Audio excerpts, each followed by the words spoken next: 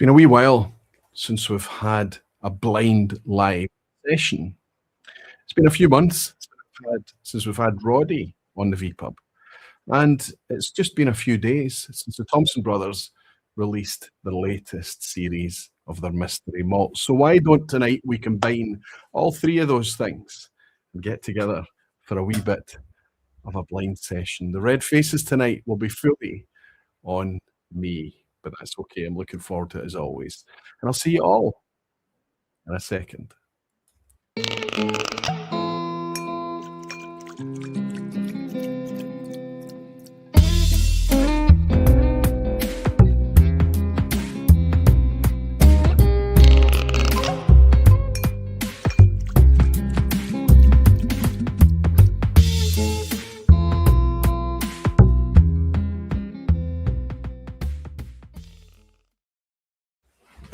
Hello, whiskey folk. Hello, everyone. How are you all doing?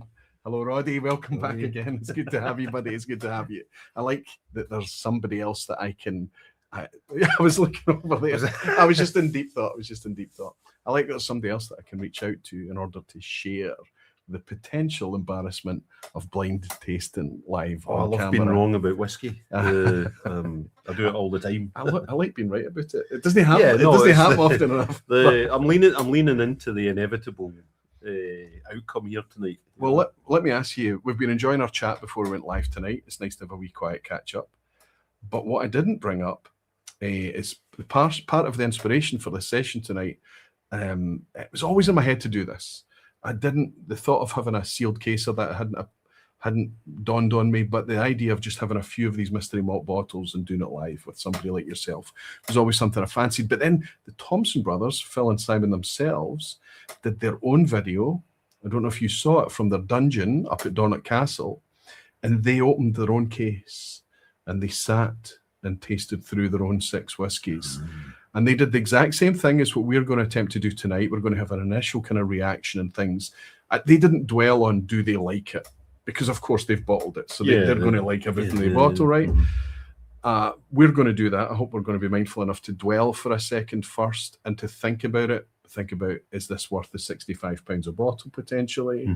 We paid less than that because I bought it from a case of 6, so there's a wee bit of a discount if you buy the case of 6 as well.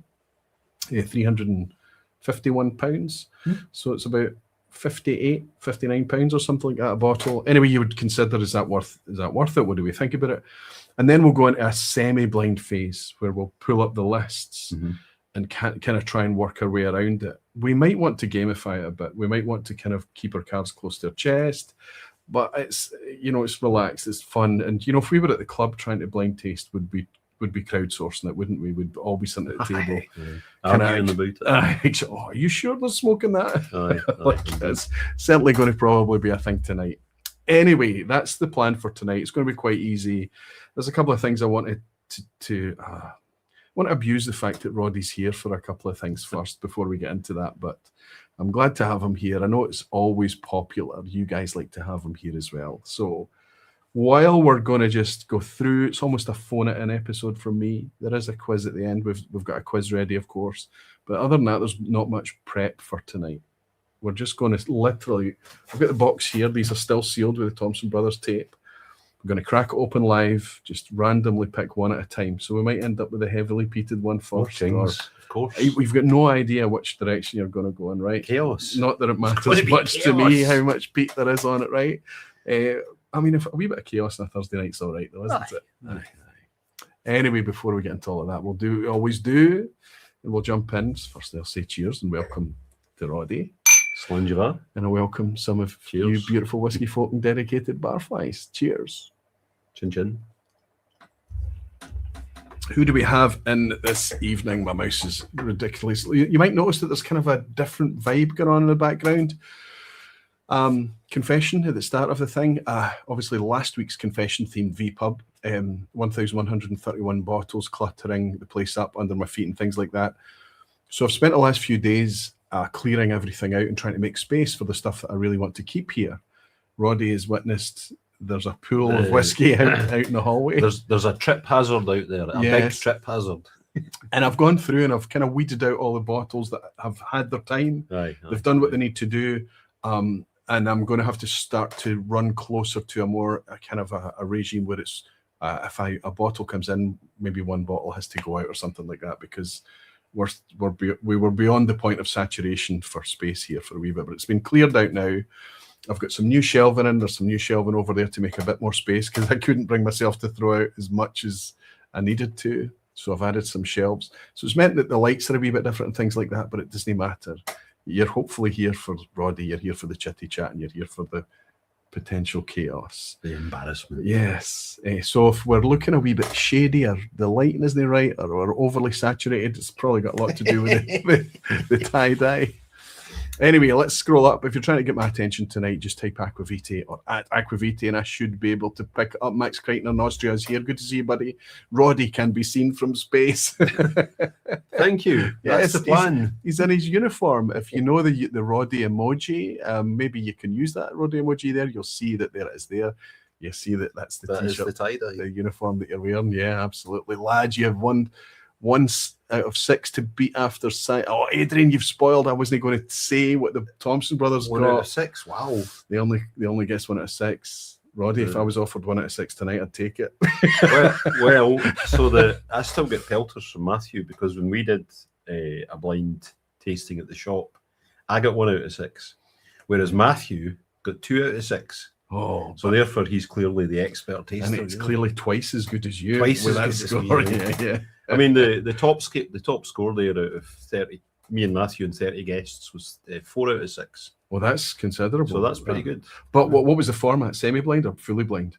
So we got colleagues to put them in order, so the smoke came at the end. Yes. But apart from that, was it Mystery Malts? It was Mystery Malts. So you did a case. Yeah, we did a case. We had the list. Brilliant. So it was semi-blind. Yes, but Matthew and myself didn't know what they were. So that's what we're up against. And what series was that? 6 or 5 or 4? No, that was series 1 or 2. Okay, last year. Well, we've got a harder job tonight. Yeah, because we've got 38 possibilities tonight. I'm going to take everybody through the setup and everything, and let everybody know what the Mystery Malts Series 6. Is it Series 6? Yeah, it's Series 6. We'll yes. See that when we open. Yeah, it's Series 6. And just let everybody know what's involved. Love the tie-dye, Roddy. It says Gene Kelly. Good to see you, Gene. Sorry, Adrian, I forgot to welcome you. Nice to have you in, Adrian. And Andrew Dorr is here. Good to see you, Andrew. How you doing, my friend? He's saying hello, Roddy and fellow barflies. Excited for this one, but we'll need to catch the replay. Cheers, Andrew. Thanks very much for dropping in to say hello. And now that you're here watching us on the replay, it's nice to have you back, buddy. If you're watching this on the replay, it hasn't been a total disaster. I mean, it's survived. It's out on YouTube, right? Andy Hells is in. Good to see you. Good evening, Roy. Hello to Roddy. Aquavite, was great to see you both on Sunday evening. It was brilliant. Well done to everyone. The tasting, they ended up, was it 1,100 or something pounds? Oh, I can't remember. Kwang Tung Restaurant for the Ben charity, a charity tasting on Sunday night. Jenny Carlson hosted it. It was a fantastic event. Really went well. I found myself ensconced and not wanting to leave towards the end, but my lift turned up and I had to go. But it's great food as well. Great food, terrific food. I luckily had the excuse that I was travelling in the morning, so I left at about, I think, 9:15. Yeah. I'd had to rush over there. I was waiting for a lift to come and get me. But an insider tip for Kwang Tung, if you phone ahead and let them know you're coming, they'll do you the schnitzel, which is a fusion thing. Schnitzel is obviously German, but they'll do it with curry sauce and boiled rice. That's what's going to get me keep going back to Kwang Tung. I'll tell you, it's fantastic. But well done to everybody, and well done to Peter, well done to Denise, well done to the team at Kwang Tung, and well done to Jenny Carlson as well. That's what you call good fundraising from about only 30 people in the room. It was super. Yeah, it was great. It was a fantastic evening.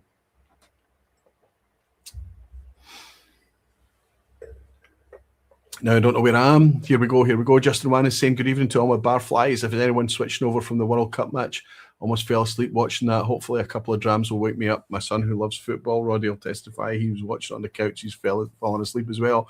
I don't know if it was just a dull match or he's just extremely exhausted. I would have liked to watch it. It was Mexico and South Africa, obviously. It was 1-0, I think, when we came in here. Yeah, it looked, I mean, I don't follow football anymore, but it looked quite boring to me. You know, there was a lot of... falling about. Yeah, there was a lot of passing and then passing back. You take it. No, you take it. No, you take it. I'm hoping for some really good football. but it can all kick off in the early hours of Sunday morning, as far as I'm concerned. Can't hear you over Roddy's t-shirt, says Scott. Nice to have you in, everyone, this here. Good to see Chris, the Hoy Malt mates. Ian is saying good evening, everyone. Bruno Martins is saying good evening, Roy. It's always great to have Roddy on the vPub, especially on a blind taste, and well, we're hoping so, fingers crossed. Listen, a lot of people ask me, they talk about, why do you spend so much time why don't you just get onto the topic? Why don't you get into the chitty chat? Why don't you just get onto the blind tasting instead of talking? Well, if you're going to do a live stream and people turn up live to participate and you don't welcome them in, what's the point? Just do a recorded video. Also, the retention curve, it takes people about 15 or 20 minutes just to come in, just to settle. You'll see the numbers kind of gradually climbing up. It was about 100 when we went live. It's 200 now. And whatever it's going to get to tonight, it'll peak at about 25, 35 minutes in, that type of thing. And as well, that like a big part of this vPub is that people are blethering to each other on the chat. Absolutely. So you need time to say hello to everybody. It's exactly what it's about. And I'm always going to miss people. There's people I'm going to accidentally miss. There's people that I'm just not going to be able to catch up with and things. But I will get to you eventually. And I'm grateful for everybody that's patient with it all. Let's go with Molly saying, what's the opening cocktail? Opening cocktail is literally a cocktail, but not Roddy cocktail. It's actually, I poured a wee blend to set the tone for tonight. It's actually a bit richer on the palate than I intended it. This was the Perpetuity blend. You might remember this from vPub, a blend vPub. Now this focus on the camera is set differently tonight. It might work. Sorry, there we go. My face. No, it's all right. Perpetuity blend. This is from Portleith. It's pretty tasty though, isn't it? That's good. It's fully natural, 46%. We blended Scotch. I remember being impressed with this when I opened it, and I still like it now. So there we go, Ben. It's nice to have you in, buddy. I hope you're keeping well. Jimmy Leg, okay. I'm getting used to the shirt now. Great haircut is helping. Oh dear. It's Jimmy Leg that's probably been asking for you more than anybody else, if I'm honest. Maybe only Jimmy Leg. I'm only kidding. Clutch to saying, great topic. It's because he's desperate for another cocktail session. He loves his cocktails, Jimmy, doesn't he? Yeah. Oh, I love your cocktails as well. We do need to get back and do one of those soon. Great topic for a session, says Klitz. Good to see you, buddy. With Batch 5, I organised a bottle split with the community on a First Fill Whiskies Discord, and 8 of us split a case of 6 on a video chat session. Great fun. I wonder if you're willing to admit how many you actually got right on the night. Anthony Lambert is saying, good evening. One and all, just got in from work. Going to stick something to eat in the oven, and then I'll finally give the folks my full attention. See you soon back here. I hope you're not suffering from any indigestion, Anthony, and you're back here. Arnie Doodle the Drama is saying the whole neighbourhood is adorned with saltires, but I feel like hanging out with the tie-dye flag tonight. Or the compass flag. I root for both of you. The barflies are winning tonight. Arnie, so good to see you ever so briefly on Sunday night. I've got a bag of goodies there for you. I wish I'd brought it along with me on Sunday, but I'll see you soon. I'll maybe do a wee drop off. Pete Ed in the Netherlands, good to see you, big guy. Seen evening bartenders. Good to see those faces behind the bar. Beware of the cocktails. We've avoided the cocktails tonight. No cocktails tonight.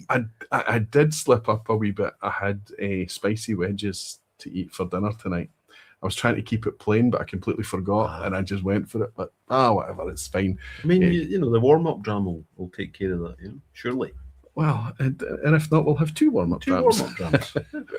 Doodler Court, Mike is in. Good to see you, buddy. Good evening, Aquavita. I opened 2 of these with Simon. Looking forward to seeing which ones you get.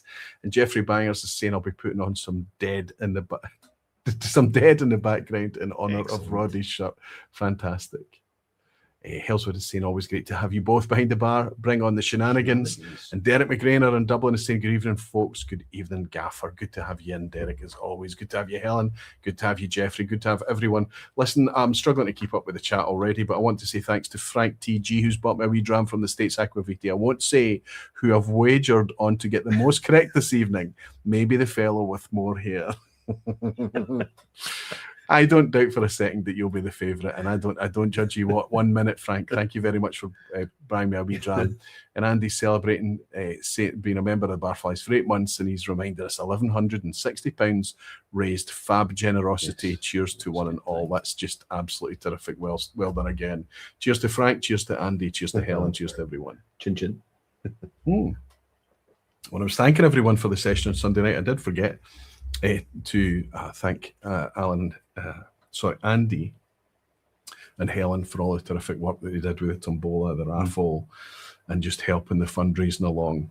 Not one iota of it felt like bullying. It was a pleasure to do. It was exciting. It was You good. know, the, Good whiskies, the stories behind it as well, and also just how many plots that Jenny's been involved in her career in whiskey to date, right? It was really interesting wee background stories. And if you want to hear those stories, you would have to turn up to a Jenny tasting in the future. All right, Roddy, here's how we're going to run this tonight. Here's how we're going to do this. We are at first are going to give everyone an update, because back in May of 2024, I took a blood tub, a quarter cask, maybe a wee bit smaller than a quarter cask, a barrel from Ralphie. Ralphie donated it, the cask to me. It was a fresh cask, came from Balmenic Distillery at some point in its life. It had a little barcode on the end, said Balmenic on it. I put some whiskies in it to check it, make sure it was, you know, it was tight and not leaky or anything. And the whiskey came out great, but it was very deeply coloured, so I could tell there was quite a bit of activity in there. And eventually I put a recycled review together, and I was tipping all sorts of whiskey in there. Some of it was donated by Ralphie, some of it was stuff that I was taking from the vPub, some of it was dregs and things. You see this 5 litres of whiskey over your shoulder here. I don't know if it's in shot. So I'm going to fill it using that vessel this time, because it's got a nice wee tap. You can just see it. Yeah, you just see it's this thing. It's usually somewhere else, but we don't know where everything is in the new setup. This thing here, it's got a wee tap on it, so it means you can build a wee frame, sit it on it, open the tap, and it pours straight in. So you don't need a funnel to fill the cask. But the biggest thing it does is if I fill it using that, I fill up 5 litres at a time, so I know how much liquid is going into the barrel, more or less. Anyway, this is a sample that I took when I filled that. So the clear glasses we'll keep for the second sample. The logoed glasses here, we'll put the 2024 sample in. So this is, you put it in... And immediately sampled it. The same day? The same day.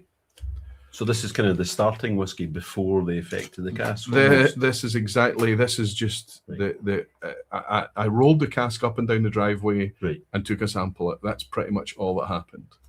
So...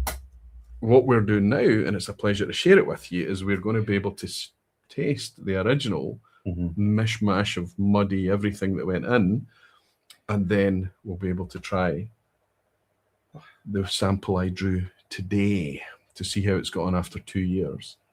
Lots of fruit.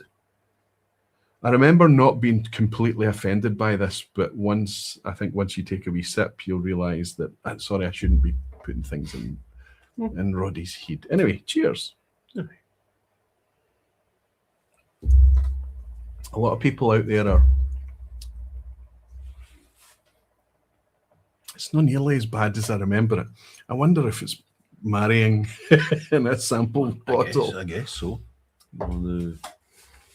Marrying's important. Yeah, absolutely, absolutely. It's a huge chunk of it. I would say that a lot of people are really nervous about sacrificing whiskey into an infinity bottle and things. And you and I have literally done vPubs over blending, infinity bottles, Solera bottles, all that type of thing. We literally did a vPub very recently. It feels like on that, was that the Slanky episode? Yeah, the Slanky episode, right?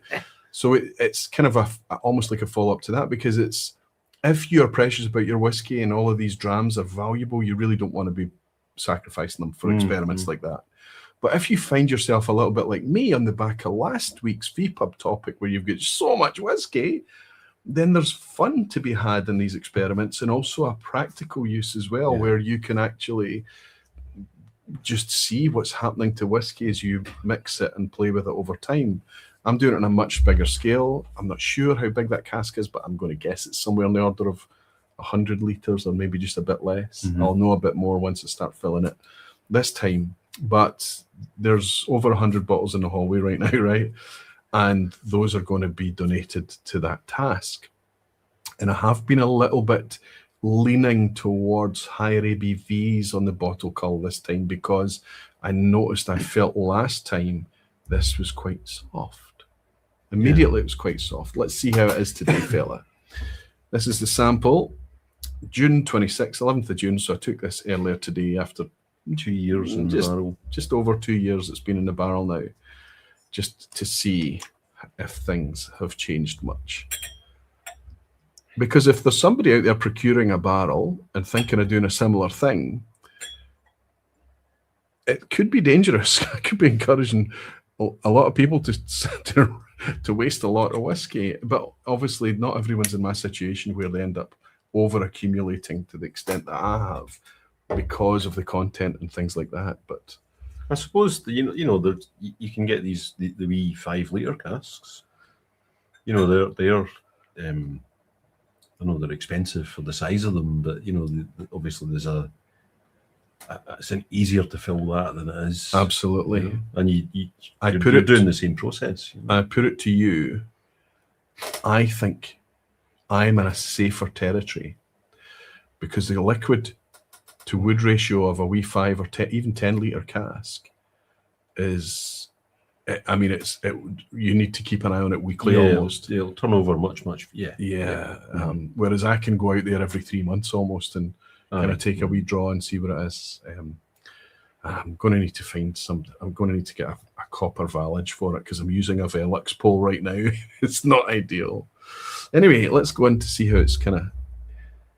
I know that it's changed because I couldn't help myself. I had a sip earlier today.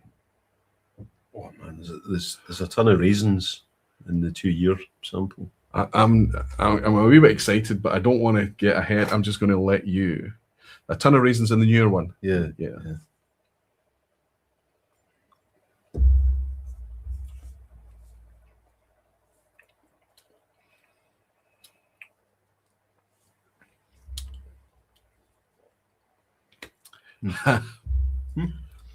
I'm dribbling here. I forgot the serviettes. I forgot the napkins. I have to say that I think that's lost a wee bit of strength for me. I think it's soft. I think it's super soft, and I think the problem that we're facing here is that there's so little liquid in the cask. There's maybe 10 liters or something in it, right? It's really a low fill, and because I've been a little bit careful with it, because at the end of the day, even if I'm over accumulating, the average price of the bottles that I'm going to be tipping in there is going to be 40 to 60 quid, or maybe even more. Maybe some of them will be a bit cheaper. They've maybe had their time in the vPub. They've done their thing. It's ready for them to go on to do something else. But I'm not going to just willfully throw good whiskey away. And you can see why I've gone for higher ABV. Yeah. But if we purely come at this from a flavour point of view, we've got a juicy, ripe whiskey here, I think. Yep. And there's an edge on this. And I'm tasting it a wee bit less tonight, which is worrying because I'm hoping to be tasting lots tonight. But in the past, there's been an edge on this that's made me not very confident about giving samples out to people, because that's part of the idea, that I give people 5, 10, 20 CL bottles as gifts when I meet them from the recycle cask, once it gets to a point that I'm confident with it. And it's never got to that stage. But now it's starting to get a wee bit. I like that. I mean, there's lots of raisins on the nose. There's less on the palate. There's a nice biscuity thing on the palate, which I guess is a kind of some sort of malt base, It's going to be a wee bit dry in the finish. Yeah. A wee bit malt, biscuity cereal in the finish that I didn't notice before. But for me, the arrival and things like that is soft fruit and juice, like a ripeness. I mean, it's not. I think if you gave this to someone blind, I think they would say, "Oh, that's quite a decent blend." I think that they would come at it from blended malt. I mean, there's nothing to say grain in this. I don't see. Well, there is grain in it. There's absolutely grain in it. Not an awful lot. I would say probably, if I was guessing, I would say 5% or less is going to be grain or blend. No, it's going to be malt heavy. And also, I've not been too uptight about it all being Scotch. So while I've not put any bourbon or corn that I'm aware of yet, I have put in some Irish whiskey, some English whiskey, some European stuff, that type of thing. We odds and ends. So if this turns out good, I can take no credit, because there's no skill in just taking your dregs and tipping them. Right? We're not. So I absolutely wouldn't. I would have to strongly disagree, Roy, because I've been doing infinity bottles for 15 years, and you do have to be fussy. It's super easy to spoil your infinity bottle or your cask. So that's why I think I'm kind of putting a lot of it in the lap of the cask. Because the cask has proved itself to be really quite active. Yeah. I think that I can go gung-ho, but like those first 10 litres or 12 litres, I don't know how many litres went in at first, were heavily peated. Taliskers, Kalilas, all sorts of peaty things. That's not a strongly peated whiskey, right? It's really not. Where's the Right. peat going? Yeah. Wow. Really? I hope maybe we're both suffering from a wee bit of the Well, Roy no, Peat because like blindness tonight. that Ben Nevis, there was a wee bit of peat on that. You picked it up. And I think there's a touch of peat in that.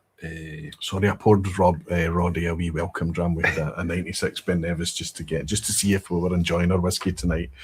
But I had never picked up any peat on that tonight, so it's going to be interesting to see whether I pick up any peat at all. Think, like this to me it's like fruit leather. The aged one, you know. Good. Like it's like if you took actually maybe it's dried apricots, which is and they are a little bit sulphurous. I would go a bit darker. I might go towards a pruning element for me. And I even prunes in juice, so a slightly darker for me, just on the whole thing. But I also think that what I expected to sip in this and what I'm actually sipping makes it darker. I expected it to be a bit brighter and lighter, and I'm tasting it darker, so I'm maybe thinking a bit darker. I don't know. Anyway, if anyone wants to know what's in this, now not everything's recorded on that video because other stuff went in as well off camera, but you'll get a good idea of what went in if you go to the recycled review. I think it was 17, I'm not sure, but it was a recycled review that came out in May of 2024, and you'll see me literally crouched down in my driveway filling it with all sorts of bottles of whiskey, and it caused no amount of controversy at the time, people thinking it was horrendous. I've kept, see that wee bottle down there, that Glendronach there? You don't need to grab it, but I've kept that. There's only 1 dram left in that bottle. That was the most controversial bottle that went in. It was a 1990 Glendronach went into that infinity cask. But I tried the 1990 Glendronach and I thought, that's all right. I didn't. All right. I could see how it could help the whiskey going in there because you had this big, rich PX forward kind of thing that was going into all these fresh, bright, pale coloured peaty whiskies. And I saw that as being a good, and I wasn't particularly enjoying that single cask Glendronach on its own. That would be my strategy as well when I'm adding to an infinity. If you're not reaching for it, right? Find a use for it. What can I do to elevate this or help this elevate something else? A wee dram's coming in there from Glenn Duncan, the superstar. Is he in Scotland yet? He's certainly in Europe. He's saying, beyond happy to be back in Scotland. There he is here. What's that say? Clava, Cairns, Culloden Castles, and only been here 6 hours. So time for a Menno dram. He's obviously I caught a wee picture of him and Menno sitting together having a beer in Belgium as well, which is wonderful to see. Yeah, I saw that the other day. So Glenn Duncan's from Australia. In fact, that Wobbs Harbour, if you remind me tonight, I'll pour some of that for you. It's gorgeous. This is like an ocean distillery. It's a port cask. I don't like port cask. It's my kryptonite, but that is gobsmackingly gorgeous. Glenn, it's wonderful. It's wonderful to welcome you back into Scotland. I'm hoping to be able to do that on Tuesday with you, fella. You've travelled a long, long way. Anyway, I'm quite pleased with that.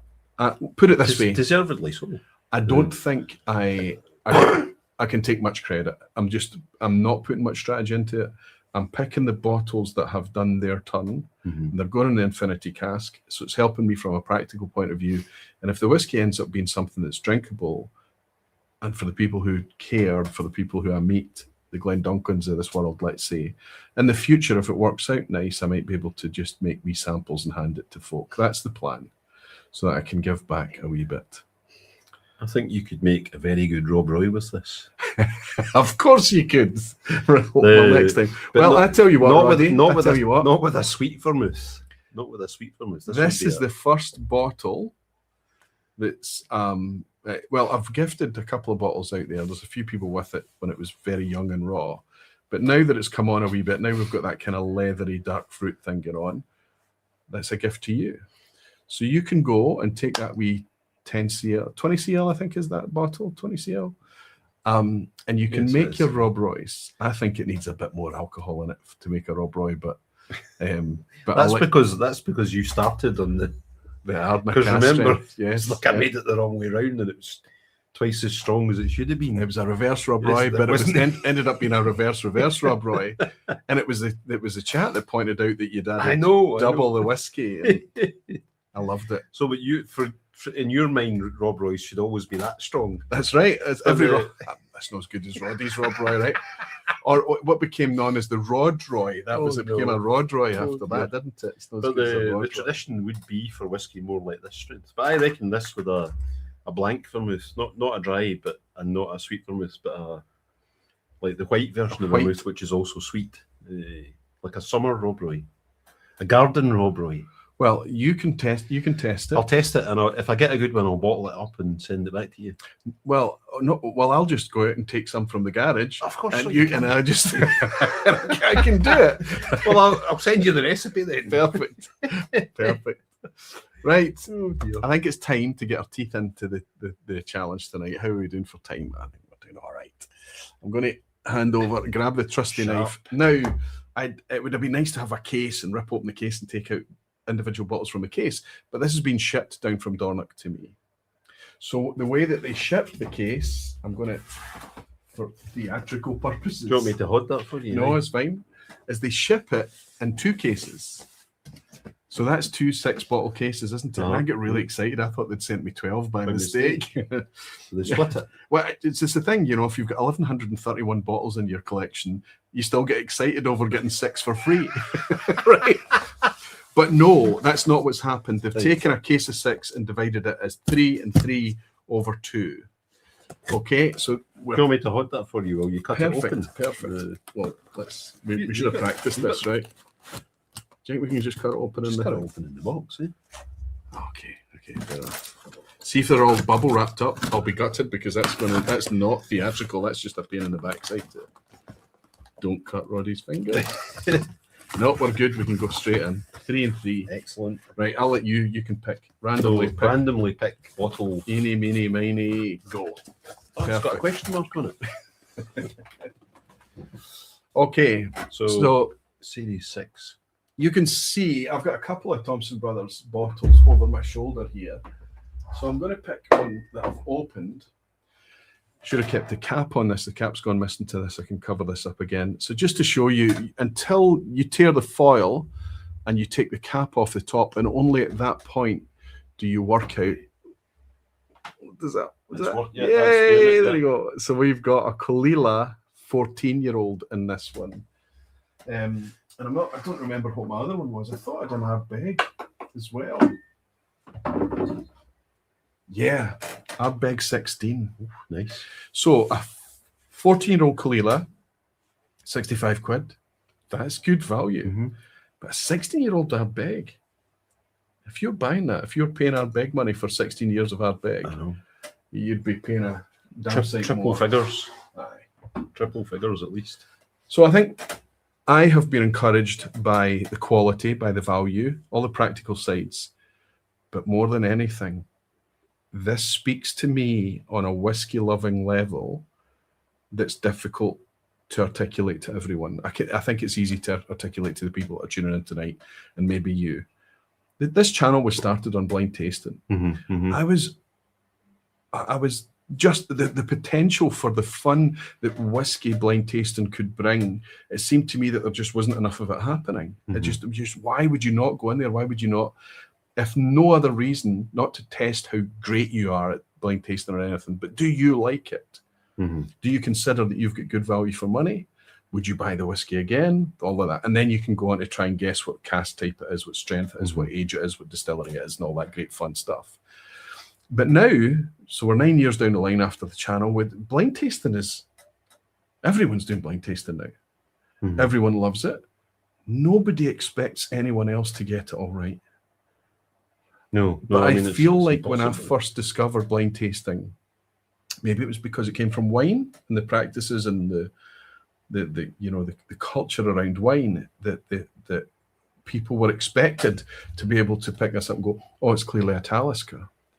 And that goes hand in hand with Talisker being asked to make the same whiskey time and time and time again in order to be a component for a blend. Almost like a reliable, consistent seasoning to make a really good end product. Whereas we know Talisker, 10 different casks of Talisker are going to taste like 10 different things, even if 5 or 6 of those are just from standard bourbon barrels, right? We know the variety that can come. The fascination is in when you are able to identify some DNA, something that links it all together. So there's this fascinating thing with continually chasing the endless variety and flavor in whiskey, but also the idea that maybe you can start to isolate distillery character if it exists. So that I was discussing this very thing with my friend James when I was distilling earlier in the week, and shall I? Well, yeah, but do it very carefully so that people can see that you're not cheating. Like, you know, you taste a whiskey from a distillery you've never tasted before, and then you get an impression of it. You taste 10 whiskies from that distillery, and you see the breadth of character of one distillery. Yep. Through different ages and different cask types and whatever. But it's only, after years of, chasing one distillery or the one that you would always have in the pub or whatever, that you kind of get a sort of mental shorthand for the core of the distillery, the things that you can always expect to find in it, even then, even when you've done that, you're still going to be tripped up because sometimes some other aspect of a particular expression is going to be shoutier. Or you won't be in the right frame of mind or right frame of palate or mood or moment, or it'll come along at a time when you're not really tasting it. You're not. Or you had spicy wedges earlier, and you had spicy wedges like me. That reminds me I need to have a wee bit of water. So what your encouragement is to anybody that's tuning in right now is to suggest that just keep sipping, just keep exploring. Yeah, I mean, it's just but pay don't attention. Like you're very, very mindful when you're even at the club when it's multiple drams on a tape. You've got your notes. You're always taking notes to force me to pay attention. Whereas that's not my character. I'm relying on my terrible memory most of the time. But I'm also my mindfulness is in the moment, just kind of thinking and looking and chatting and that type of thing. Whereas you will want to spend a bit of time in studying that. And I get that. And not everybody needs to follow it. Yeah. Just do what's fun for you, do what fits. You don't need to do that at all. But I've found that works for me, because if I don't say to myself, right, what am I going to say about this whiskey, then I'll end up saying nothing about it other than, that was grand, he's another one. Well, sometimes I'm quite happy just to say. Sometimes, you're watching a movie and you're like, I just need something in a tumbler. I have poured slightly larger pours, but that was to help us see the colour a wee bit. We're not going to finish all the drams that we pour tonight. No. Because by the time that we've got through this case, we'll be sitting with 8 glasses each dirty. So we're going to have enough in order just to go into this. Anyway, here's how we're going to gamify it. My idea, you can go along, is that we give ourselves kudos for getting strength. Well, we know what the strength is. It's all 46.3. No, we have to guess the strength as well. 46.3? I think it's 46.3. Is it 46.3? 46.3. But things like cask type or age, all the kind of fun things, and then we'll pull up the charts, right? And by the way, we encourage disagreement on this. Obviously we're going to be chatting and sharing because we can't have dead air, but it's not to lead each other. It's just to, I'm famously good at just, do you get that? No, I don't get that, which is absolutely fine, but that will end up inevitably drawing us towards maybe different outcomes. So we just go with it. The points are only awarded because we're doing it like points. You never told me there was going to be points. You just said that Matthew got twice as many as you did. Adrian gave away the score of the Thompson Brothers. I don't need to spoil that, right? Fine, So fine, we're doing the same rules as fine, those boys. fine. You know, we're going to try and do the same thing, and there might be a prize. And the prize is donated, I think, with Roddy in mind, but I don't remember if it was a share it with Roddy or give it to Roddy. So if you win, it's a give it to Roddy. And if I win, it's a share it with Roddy. I don't even remember who gifted me it. I just know that it was put in a bag down the corner for the next time I met you. I think it was given to me at Leith. Not sure.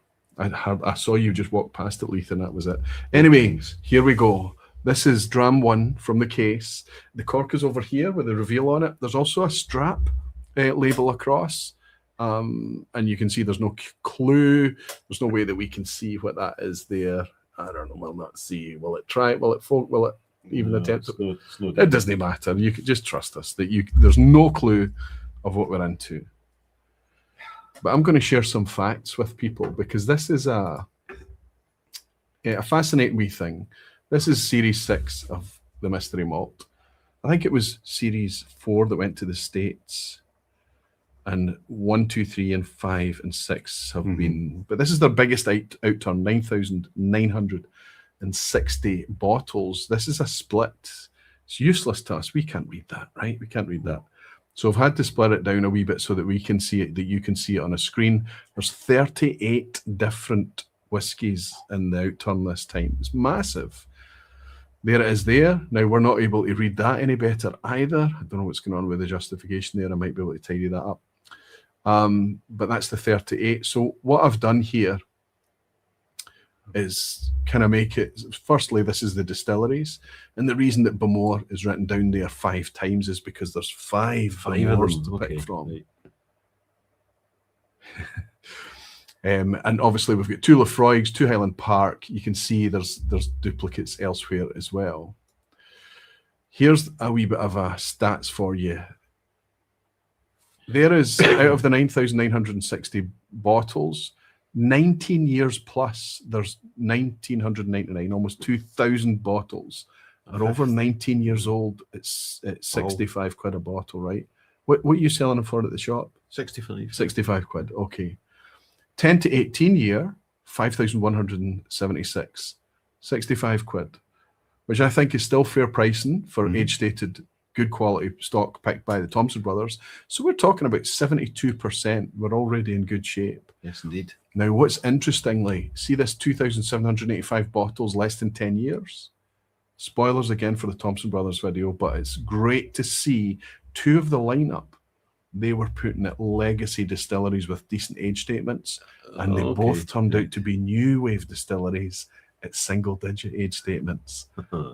So that blind tasting is not us going, oh, the new distilleries are great, aren't they? Because we know we're sipping new distilleries. That's us sipping something blind and going, this is great whiskey, and then discovering that it's a new wave distillery with a single-digit age statement. Yeah. It's a fun thing. Anyway, and here we have these 3 slides. This might help us or it might hinder us. These are broken down into cask type. So we've got the list of first fill bourbon there, first fill bourbon octave, and then just straight bourbon barrels. The next is dechar rechar alongside refill hoggies and a refill butt, or 2 refill butts.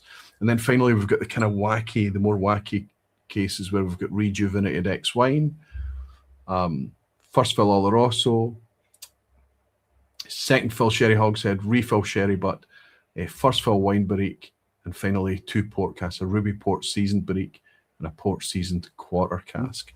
Now what I'm going to do to help Roddy here is I'm going to pop this up on the screen over here, and we can flick backwards and forwards from this in the chat so that you can actually see it, because we need our eyesight, don't we? Right? Does that help you? That's much easier to read, isn't it? Okay.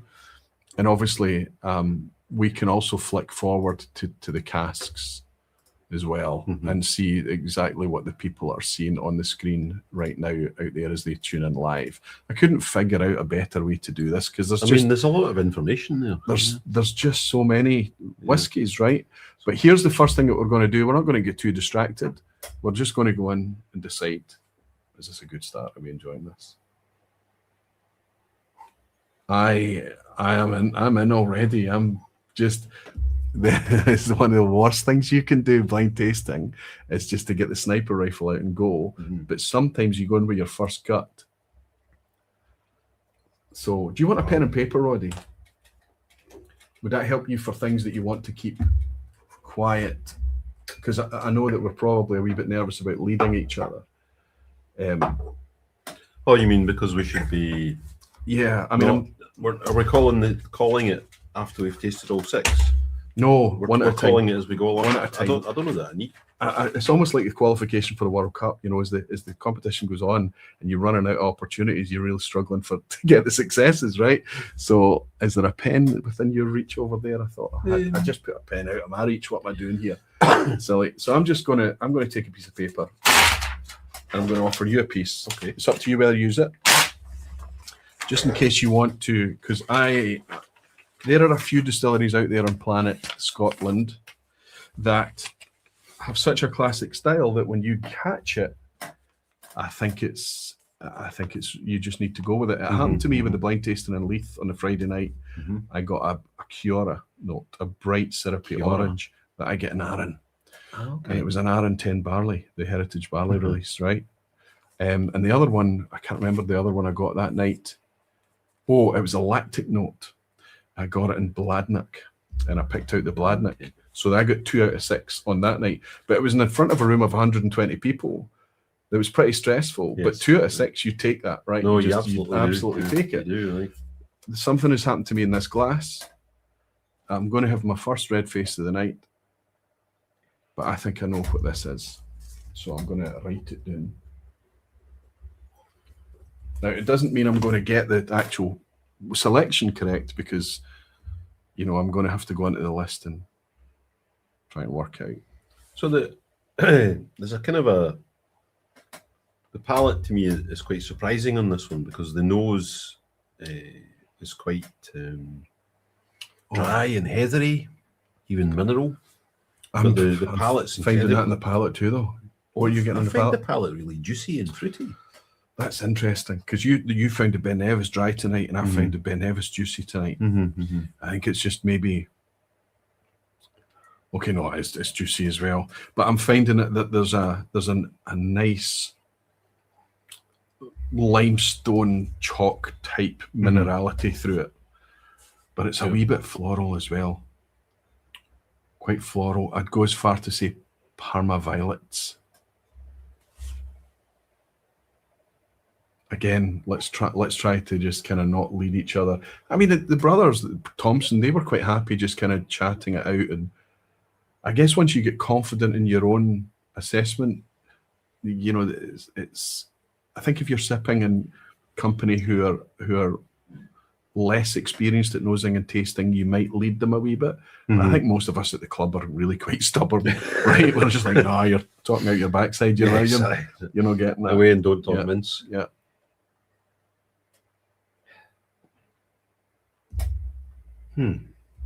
Okay, let's not go for distillery.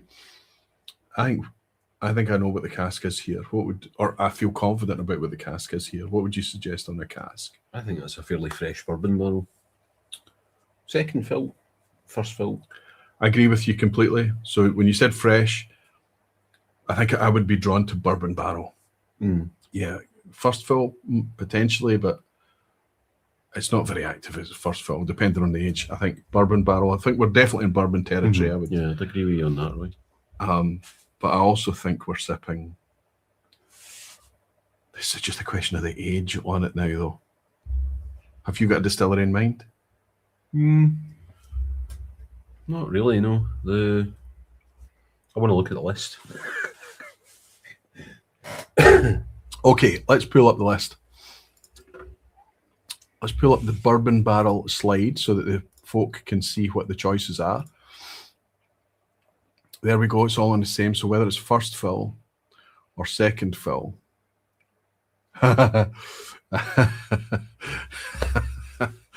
Okay.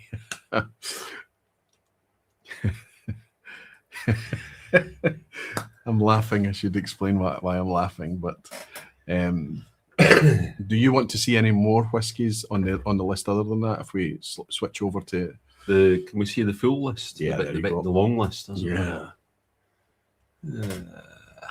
I don't want to be distracted by the list. I'm going on my gut on this one. I mean, I'm going to click end the live stream now and just kind of, as soon as I'm wrong, just say, nah, I'm not in the mood for this tonight and go away. And interesting. I am happy to have paid 65 quid for this dram already. Yeah, like this is that juicy, fruity character is entertaining. You'd have a lot of fun sitting with a dram of that, just, summer evening, sitting down, just, staring and thinking about the dram every now and again. Just Clean, yep. except for a wee edge of a herbal floral. I think Parma Violets is good. There's a wee bit of a sherbet quality on the finish as well. It does get juicy.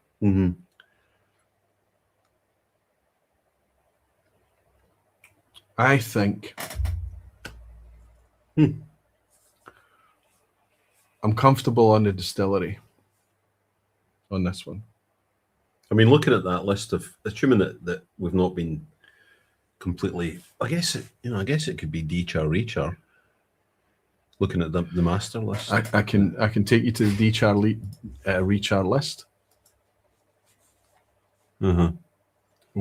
D-char rechar, we've got a Dolyun Grassy make, Klein Leash, Glenard. The reason they've specified Grassy make is Dolyun do Waxy and Grassy. Klein Leash, Glenard, Colila, another Klein Leash. Right, I really didn't have an idea about the distillery, and then you showed me the bourbon barrel list, and I thought, right, I know what it is. But then now looking at the D-char list, curveball. Because can I say things about distillery names? Yes, please. Right, so looking at the bourbon barrel list, I thought the fruit character in this makes it the Glenburgie. But it's not nearly. It doesn't taste anything like that age. What was that? 17. So my guess now. I don't. 17-year-old Glenburgie and first fill bourbon. Yeah. I have to say I've tasted 17-year-old drams that are similar to this, but from first fill bourbon, you're looking for a lot more cask. Yeah, I don't think it's that. And I don't like Bowmore, that Parma Violet note you're talking about, but then I'm not seeing that, and I'm not seeing any smoke in this at all. I got smoke. What? Yeah. What? Not now. First nose, I get smoke. See, I got a mineral thing, which I guess that could be me mistaken. Yeah. Smoke for that. No, honestly, my face is going to be red on your T-shirt. Honestly. And then finally, just in case you want to look at the last screen here, if you want to. I just don't. There's nothing on that cask list there that draws me. For me, I'm in Bowmore. Right. Firmly planted from first nose. When you said the Parma Violet thing, I thought certainly the fruit fits. I'm struggling to find any sort of smoke at all, even trying to look for it, But look at the choice of Bowmores. We've got a 9, we've got a 10, we've got an 11, we've got a 19 and a 20. And they're all bourbon barrels. So there's a chance that we could have a couple of Bowmores in this case tonight. That's true. Right? So statistically speaking, if you say Bowmore, you've got you've got a good chance, right? No, I'm going to go with that D-char, rechar, Glenord. Curveball. Okay. Because I can't find any smoke. Okay. So I have to go with my palate, Okay. I'm going to. It's just for me. It's just a case of picking out what the age is going to be on the Bowmore. Of course, you've got a choice. I'm going to hedge my bets. And I'm going to go right in the middle. I'm going to go for the 11. Yeah, there's a 9 and a 10 and a 19 and a 20, but 11 kind of fits. But if it's a 9 and a 10 for bourbon barrel, there's not. Yeah. I'd take it as a point. I would magnanimously grant you that. Would you point. Right? Okay, if it's the 19-year-old or the 20-year-old, right? Maybe that's stretching it. Yeah. But if it's a 9 or a 10 or 11, okay, so I'm going to go 11-year-old Bowmore. Right. And you're going Glenord. So because of that fruit character. Yeah, it is fruity. You know that. It is fruity. I just don't think. I don't think it tastes old enough to be the Glenburgie. Right, cover your face. I'm going to put this right up in front of the camera, and hopefully it's going to focus on this, and I can reveal to everyone 19-year-old Bowmore. You don't get a point for that. Wow. You can have half a point for getting the Did distillery. I get half a point? Half a point for the distillery. I think that's fair. But back me up. It's it. beautiful. It's delicate. It's well balanced. Mm-hmm. But there's nothing screaming 19 years. No. It's very light, very poised. But as soon as I put my nose in it tonight, I got a wee puff of smoke and that unmistakable herbal weird fruit that I get from Bowmore just said. The fruit is absolutely the kind of thing you find in Bowmore, but I can't see the smoke. Yeah, 19 years old. By the way, 19-year-old Bowmore for £65. £58.50 if you buy a case, right? No bad. So I get to keep that.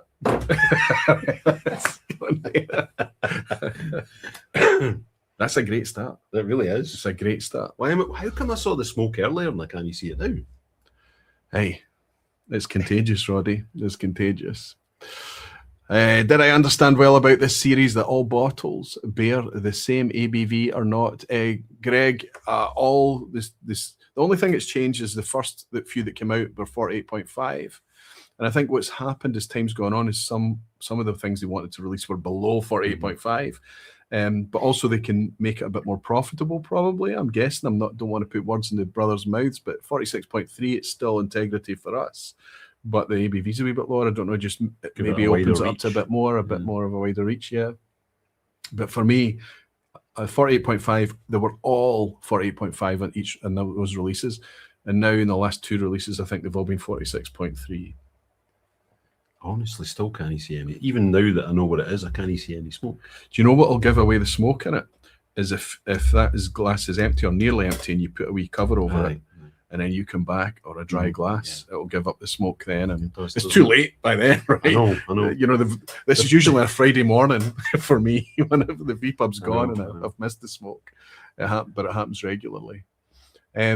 Maybe rub some on your hands to reveal if there is smoke. That's a good point. Yeah. Sometimes used to do that, but what I tend to find is that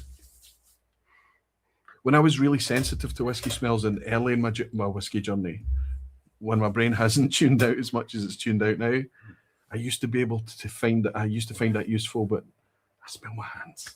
I smell whatever they've been scratching and touching. The reverse for me happens if I take young Kalila or Laphroaig and rub it in my hands. What actually comes out is the malt. It gets rid of the smoke. Well, no, the smoke's still there, but you're finally able to see the malt behind it. Or I am. Okay. Like, and what this smells like to me is porridge, which is the grain again. Yeah, and that's just how the interaction between my hands and the whiskey works. I spent, Andy, it's a great point, and people should do it to see if it works for them. I spent years doing it, and I think in the last few years I've stopped doing it. I seem to do it less. Jimmy's saying if the smoke and peat is gone, older would make sense. That's true. But also, Jimmy, I got the smoke on it, so there's smoke on this, right? And it's not. I mean, it could be, depending on what the other. Did we have anything smoky in the build-up tonight? A wee bit of smoke on the. I found a tiny bit of smoke on the Ben Nevis. And the two blends, I've told you that from the cask, a hell of a lot of peat smoke went into those casks tonight. So either. But then I said that I couldn't really see the smoke. Right. So, yeah, and neither could I on the cask stuff, if I'm honest. Dave's Dreamy Drams. Dave, I think you've maybe just had a wee name change because I recognise you're a gold barfly. You've been in for a while, but that's a new name. Went in blind on my bottle of Series 5 and narrowed it down to 3 of the younger bourbons. He's in a nervy moment. He's going to see whether he gets it right. Brian Storm is saying, evening, Roy and Roddy. I love these series. Got Lindor 6 and very happy with the bottle. Cracking whiskey. Even if Lindor 6 released a small batch of its own, they'd be charging 65 quid. Probably. Maybe not. But if you're able to pick a Lindor's and say, I like this and I'm glad to have it, there's a good chance you might not have picked a Lindors off the shelf when you knew it was a Lindors. Donnerpass Whiskey, good to see you, Tim. You bought me a wee dram. It's always nice to welcome you, and I hope you're doing well. Perfect thing for Roddy's return at work, and cheers. Hopefully you'll not be at work for too long, Tim. It's brilliant to see you. And Gary Field, member for 13 months, supporting me as a barfly, keeping all the content ad-free as well. Saying 2 bottles, Blair Athol 27 and Glengeary 20. You lucky. That's not bad at all. Is that from Series 6 then? I wonder. There is a Glengeary and a Blair Athol in there. In fact, we'll be able to tell right now whether Gary's sipping Series 6. Let's go back one. Blair Athol 27, yeah. There was a Glengeary there, wasn't there? There it is, Glengeary 20. Nice. Gary, that's some good work. So the Thompson Brothers owe Gary Field nothing right now. Gary and Tim, thank you both for your support. That was a peach of a starter. It was, yes. Of course, I'm happier because I got half a point at it. But anyway, will I do the lucky dip this time? I'll go in and take whatever our next one is. This is great fun, by the way. Isn't it? I still get a thrill out of uncorking bottles of whiskey. Yeah, it's one of the best sounds in the world. Yeah. Or just the thrill of it. I sometimes open a bottle and then put the cork back in just so as I can pop it again. It's a good sound. Yeah. The ceremony of it all, the kind of that new thing, it's critical that these foil tears work perfectly. Yes, because you could ruin it by tearing it too much. Anyway, this is it opened. I'm not looking. Right. Cork is away in the background. We shall draw a clean glass. You ready? Nick pours. That's why I got that first one wrong, because it was a Nick pour. Yeah, I'm just realising we might be in a bit of a mess tonight because I said, we're pouring big pours, but we need to see the colour. And I've just rinsed my first pour. Obviously enjoyed that wee Bowmore. Well, I mean, who would leave 19-year-old Bowmore in their glass? I like the way you think, Roddy. Only a fool. Yeah. Okay. Cheers. Well, we've got a colour already. Wow. We maybe need some white paper up for this. Oh, look, just to show everyone there, I did actually write Bowmore, but you believe me anyway. This is super pale, right? This is like a Chardonnay pale, even paler. Yeah. So if it's natural colour, people say, colour means nothing in whiskey. That's not true. If colour's natural, it means a lot. And anyway, if you drink first with your eyes. Yeah.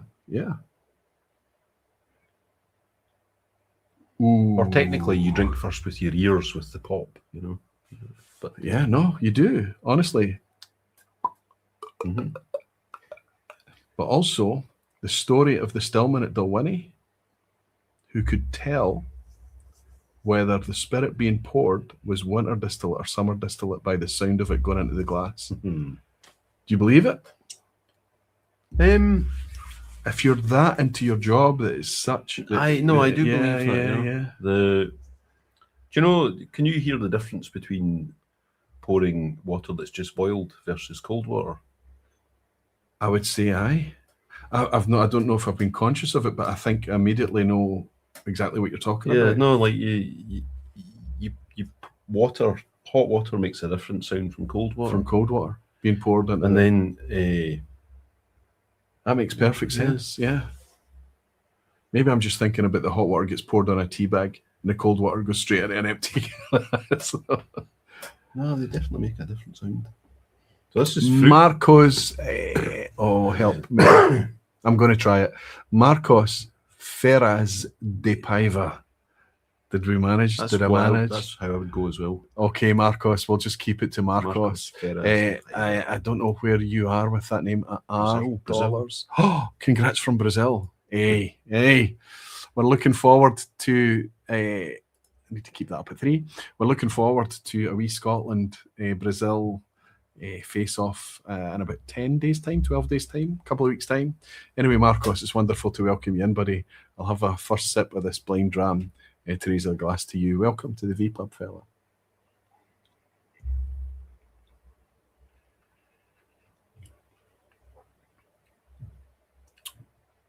Fruit again. Lots of fruit.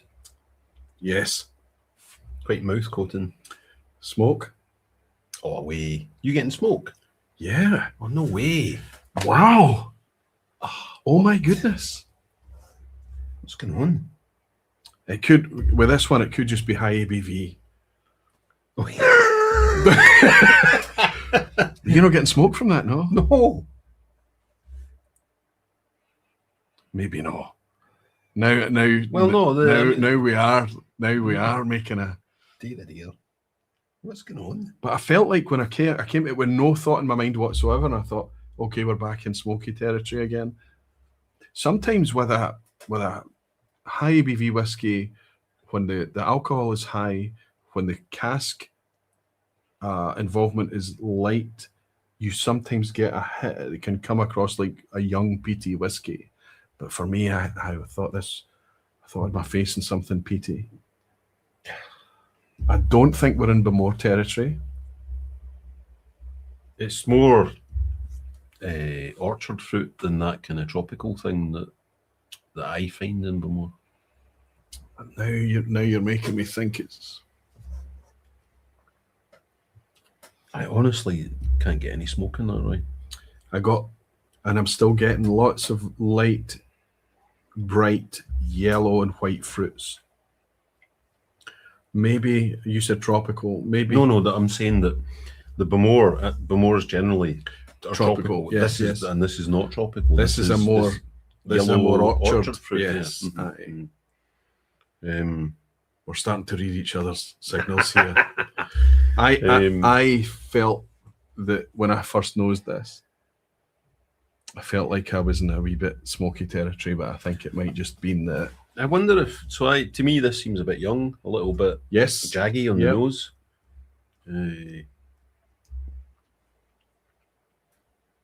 I like the texture; it's quite coating. I like the dram. Mm-hmm. I like the purity.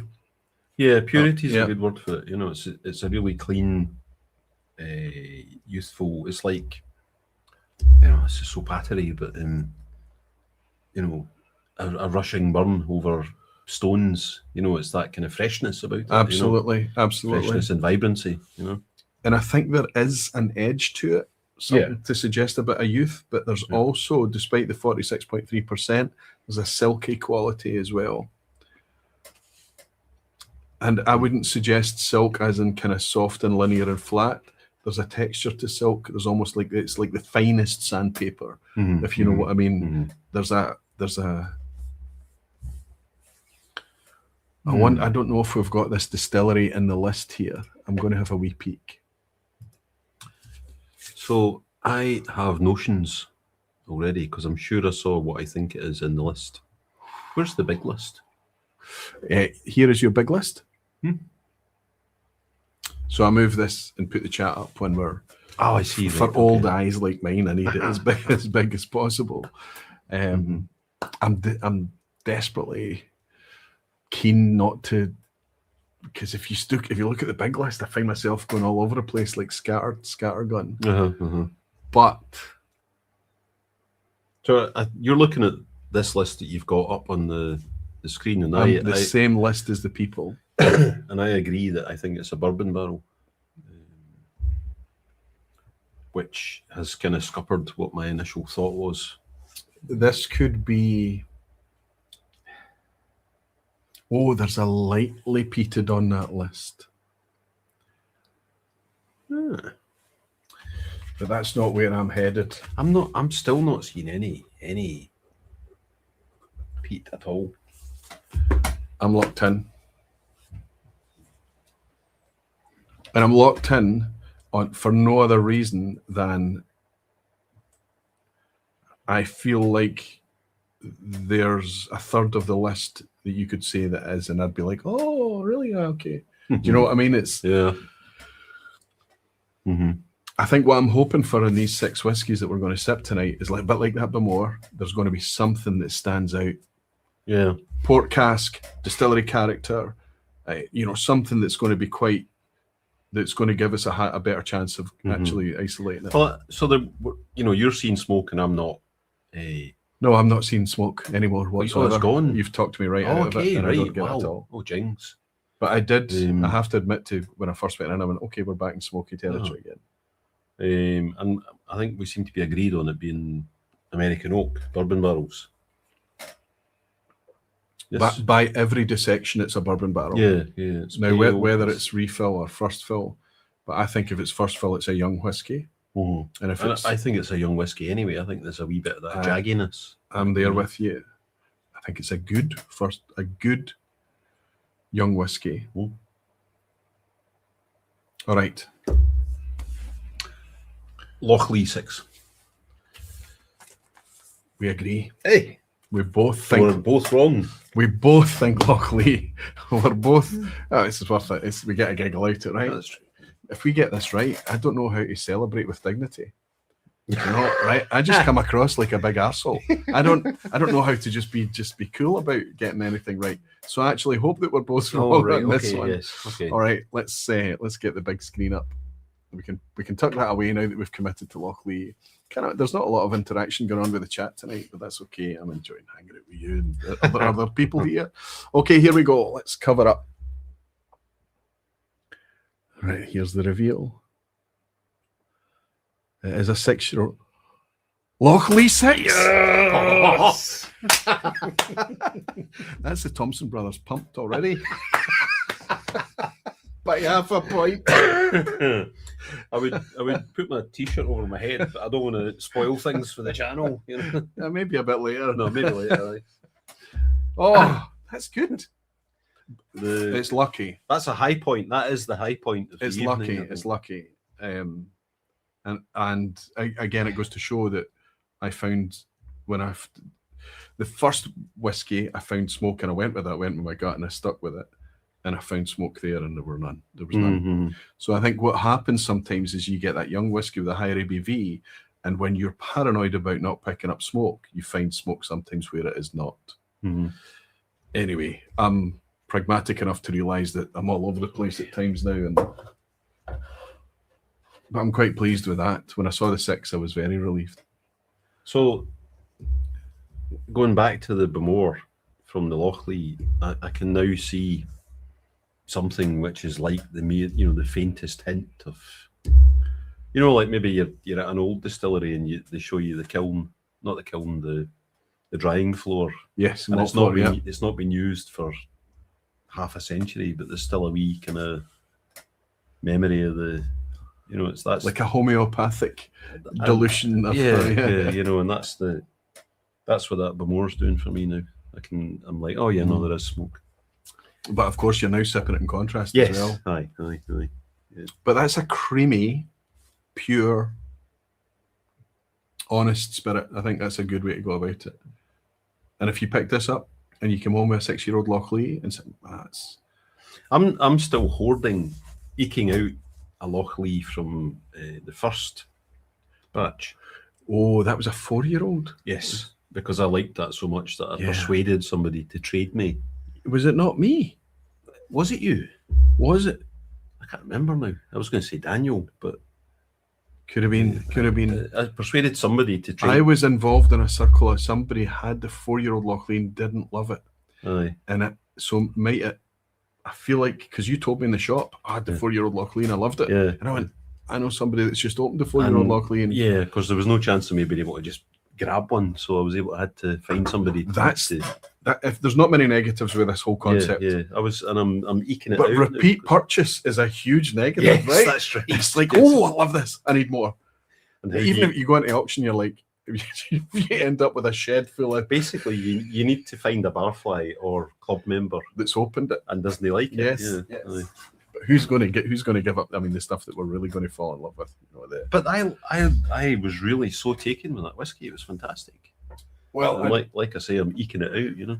I'd offer you the ability to go eeny, meeny, miny, mo, but there's only one. There's only one left in the first case. I'll let you do the honours for this one, fella. Just to be careful with it, and I'll jump into the chitty chat and see what's happening here.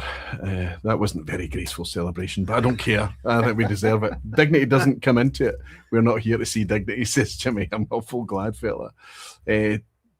Thompson Brothers got that one wrong. Oh, that's right. It was one of the young ones. They had a. Don't want to keep spoiling that video. Don't want to keep spoiling it. So, well, I just Yeah, take the cork and just tuck it over there. Brian Storm is saying you and Roddy need a T-shirt that says Thompson Brothers burnt. Honestly, you know that the thing is that we know that that's a micro flash of success in a sea of red face and disappointment. Like I say, Roy, that's the high point of the evening. That's you know? It's here we go downhill downhill all the from way. here. Shane Brogan is celebrating being a member for 42 months. Thank you, Shane. Thank you for your support, buddy. On While Cooking Dinner, we'll catch up with replay. Don't eat anything too spicy if you're going to open some whiskies later. Ginger Genius is saying, hope you're not peaked too soon, John. Hold. Doom. Whiskey with Molly saying, and I'll sail up the west coast through villages and towns. I'll be on my holidays. They'll be doing the rounds.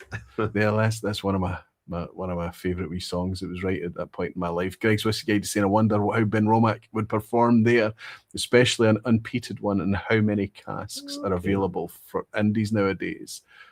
I think Ben Romack is one that would have a decent chance at in terms of distillery character. I think it's quite a distinctive whiskey. Yeah, it falls into quite a small group. Yes. Yeah. A grain of malt, James, the same as was Peter Lee and myself. We both got the same Lochlea gate. Maybe that's what I'm getting confused with. A grain of malt, James is saying, weren't a fan of that Lochlea 4-year-old. But that's a great thing, is that, and one of the greatest things, when you hang out with Sevy and you're sitting there with a whiskey that you're not enjoying, there's a 90% chance Sevy's loving it. Oh, okay. It's because if it's the things that I don't like, red wine, port, batshit crazy stuff, wild funk, who's just gone too extreme or whatever, it's the things that gets Sevy firing. It's the interest in whiskies, right? So it's really good to not all love the same thing at times. Yeah. David in Lisbon, how you going, David? How's things out in Lisbon? I hope you're enjoying yourself, buddy. He's saying, how's it going? Could not be live last week, but as per the replay, I must say I was never accused of belonging to something someone thought cool. Lol, we keep saving you a seat at the table. I will be there. I'll make it over to Lisbon again at some point in the future with Whiskey Folk. If Roddy had been with the Thompson Brothers, they would have gotten 5 out of 6. There you go. Superpower. George P has been super generous, buying 10 Aquaviti gift memberships. That's 10 more fresh barflies in tonight, keeping all the content ad-free, getting access to the loyalty badges, the channel-themed emoji, including Roddy in his tie-dye shirt as drawn by the hand of Gregor McQuee. And Colin Maxwell is just signed up for the barflies as well. Of his own accord, Colin, welcome, buddy. It's nice to... Where's my drums? There we go. It's nice to have you on board. Thanks for the support, Colin. Thanks, George. Cheers. All right. I'm not even looking at the clock tonight. I'm enjoying myself. I don't care. I think it's time to get this in the glass. Have you poured it? No? No, I haven't. No, Clean glass? Yep.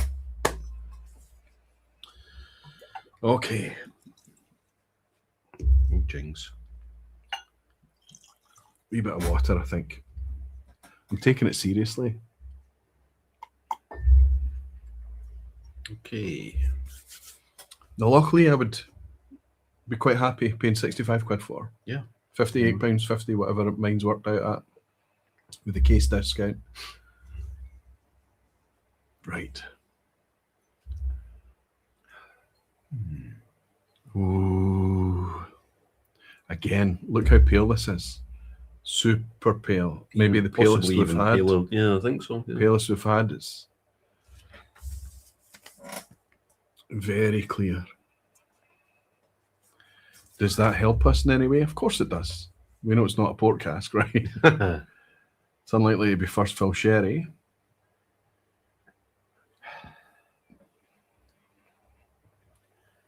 Smoke?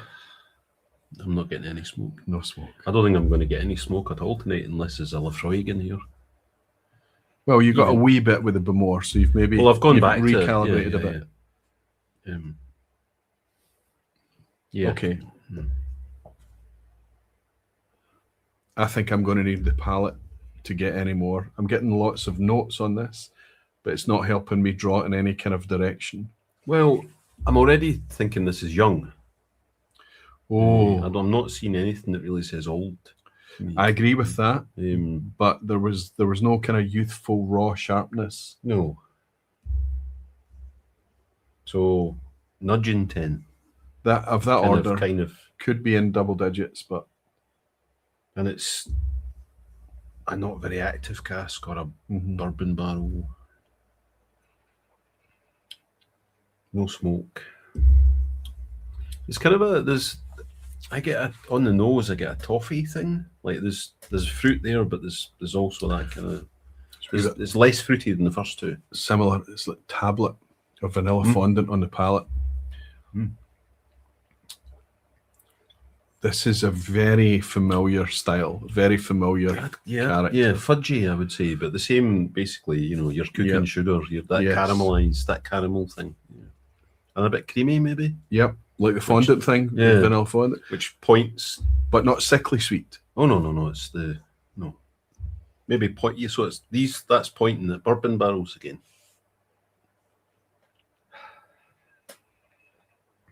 So this is 100 distilleries are capable of making this type of thing. Mm-hmm. This is right in the middle of the flavour map. Wee bit young, wee bit less wood, so it would maybe drop it towards the more delicate end of the flavour map. No smoke, no funk, nothing to draw you away from close to centre. Do you know what I mean? It's almost like, I don't want it to sound like it's generic Scotch whiskey, but it's very familiar to me. Yeah, I mean, it's, there's some things that you would probably discount because it's less fruity and more toffee, fudgy, tablety. Like, I know they're not in the list, but for example, Glenfiddich and Glenlivet, I don't think I often see them as being this kind of toffee-ish style. This is exactly what I'm talking about, this type of product. Now, what I would say is that if we were to get this completely wrong, I wouldn't be annoyed with myself at all. Do you know what I mean? It's like oh, okay, like, this could be a number of things. Let's have a wee look at the list to see if it helps us here, because and there's only one list I think to look at here, and that's to keep it on. Would you agree? Do you want to go beyond? Do you want to look at the dechar rechar? Oh, there's some refill hoggies there, but the youngest is 13 years. And I would say this doesn't seem like Glenkinchie to me anyway. What's Glenkinchie for you? More oats and malt? Well, I often find a mineral note in Glenkinchie. Oh, now that's curious. I'm quite sulfur sensitive, and that mineral for me usually means some sort of sulfur adjacent really? thing. Okay. Which there's nothing on the third slide, so we're going to go back. There's nothing on this middle slide with a refill. I mean, apart from the age, the profile's right for Macduff. Macduff's very much tablet toffee fudge. I mean, even I'm not getting any hairspray at all, but the toffee thing's very... Do you know, I've had comments coming in for people saying, oh, do you know there's a Brackla? There's a Brackla. And wouldn't it be fun if it ran out of Brackla? There's nothing here that tells me 16 years, though. I'm below 16 years on the taste of this. I mean, it could be. I mean, the Macduff and the Brackla, they were both refill, weren't they?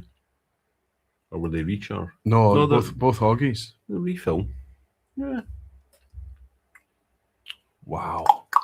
28-year-old refill hoggy Glenrothes. That'd be an interesting one, I think. I think that'd be fruitier. So in terms of bourbon barrels that are younger, you would have to be looking at Lochlea. We've done the Lochlea, so it can't be that.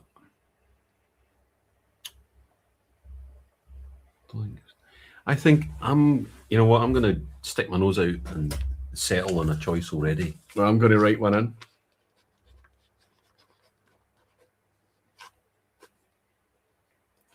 I'm writing my scores for the first two. All right. Right, I've locked in as well. And I've locked in. I don't know if there's no need to say anymore until you've said your piece. I'm going to say it's Macduff. Oh, okay. So what you're going for is a 16-year-old refill hoggy, which I completely get. But there's something about this being so bang in the middle of the flavour map that everything I've tasted from this distillery is that. And the fact that I've not spotted it before on the list, and I've just looked in this list and found that this is here, I'm just going to go. Again, it's a gut thing. So if I got this right, it would be pure thrown dart luck. So there would be no kind of, but there's some rationale to it. But I can exactly see why you would be going for a refill hoggy. That can literally be anything. People read refill hoggy and they go, oh, refill hoggy, and they think they know what that is. Refill hoggy can take you in any direction you want to go. Right? Am I right? There's no... It has been used before for Scotch whisky. What Scotch whisky that is, what style that was, from what distillery, did it come out from another cask before it went into that? Was the hoggy itself a sherry hoggy or a bourbon hoggy or a what? It's all over the place. And it could be a refill hoggy, could literally be 3 or 4 fills. It's unlikely. It's more likely to be second, right? But wow. Again, despite me sounding like I'm a wee bit negative on this, because I think it is just a wee bit safe whiskey, I'm not disappointed at £58.50. Quite happy to be sipping this. Watching the football. I'm going to go, Roddy, for Harris. 8-year-old first fill bourbon. Where's the smoke, though? Well, not all Harris is smoked. It's peaty, is it? In fact, their inaugural release that came out in about 16 batches, I found it was paraded like a safe space cider to me. Now, I know that they've brought out the different versions since, and I've got the sherry cask version over there. It's got a bit more of a twist on it, but I struggled to find character or direction or depth. And the way I've described this whiskey has drawn me into that kind of safe middle of the flavour. So that's what I'm going to go with. A Harris 8-year-old. Is it 8-year-old? It's 8-year-old from First Fill Bourbon. So now we need the... Right, how do we do this? Right, we cover our faces, but I don't want to see. I don't want to nervously hold it right up to the camera, trying not to knock over the whiskey. And then... Oh, you're much better at this than me. Is that right? On you go. Oh, it's you. You've got this right. Have you got this right? Don't know. It's 16 years old. You must get this right. Macduff. Yes. Well done, sir. We're killing this. Wow. Do you notice I'm suddenly saying we're? That's amazing. This is easy. There you go. Well done. It's the fudge thing. I mean, I don't know. It's like you were drawn to it. You went straight to it, and you said, "Aye, 16-year-old Macduff." But it doesn't taste 16 years old. I mean, it's a great Macduff. I love, Macduff is. I want to keep that cap on that. Oh yes, I mean, I agree with you. I went 8 years old Harris. Excuse me, look at that in the chat. Who's that fellow? Let's. I'm just going to let you soak in the glow here of it all. Justin Wansbot said, "Ram, the Thompson Brothers need to get some lighter casks like Sauterne or rum casks to make it harder for lighter whiskies." Oh, Justin's suggesting that it's easy for us. It's like, these lighter whiskies. I know you're not, buddy. I'm just kidding, fella. I'm hoping that Justin's going to be able to make it over for Glasgow Whisky Festival again this year as well. That would be cool. Be amazing to see him again. Thank you very much for the dram, Justin. I'll click a wee like there as well. Cheers to you, fella. I hope to see you and Mrs. Justin as well. I agree. It's a bit too polished. The core range first expression, says Greg, Aquavitae, but its potential is huge. And then look at this. Roddy, Greg is saying, yeah, I was right. Grainer Walt, Gary Field, Jimmy Legg, Jimmy Jazz, Ian Williamson. Yeah, it's the Macduff. Well done, Roddy, says Whiskey Weekend Dram. Well, thanks, Harold. Jean Kelly's saying Roddy the Soothsayer. Christian Jensen, Yeasty Boy, Roddy as well. Fantastic. Bruce Bernard celebrating being a member of Barflies for 52 months, saying well done, Roddy. So wait a minute. You're on 2 out of 3, and I'm on 1.5 out of 3. So you've just gone into lead. This is basically the World Cup, right? This is what we're going through. What, as a non-football person, what nation does that make me? Yeah, I'm trying. I didn't want to say because we're an international audience. I didn't want to offend too many folk. But I would say that you're up there. You're up there with one of the stronger performing European countries. I would say maybe even. Can it be Italy? They didn't qualify for the second tournament in a row. Maybe Germany. A lot of people weren't expecting Germany to do very well. But people were expecting. No, you're Spain or France. Spain. Yeah, that's what you are. That's what you are. Justin Wan is saying, I'm coming in November and it'll take an asteroid to stop me. Duff didn't call the Macduff, says Ben. Oh, it hurts, big guy. McMolasses saying, well done. Jimmy Legg is saying, I didn't ask you to bring tossers onto the show. Quality only. There you go. You've got a fan in there, Jimmy, haven't you? No Macduff, no party. Roddy is a bloodhound, says Bob Sander.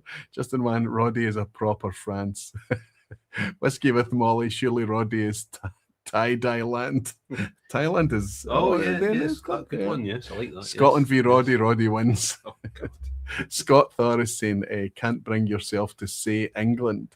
Oh, no, I could. I've got to remember, I've got family in the south of England, and they are only my brother is holding out. He's the Scotland fan down there and amongst it all.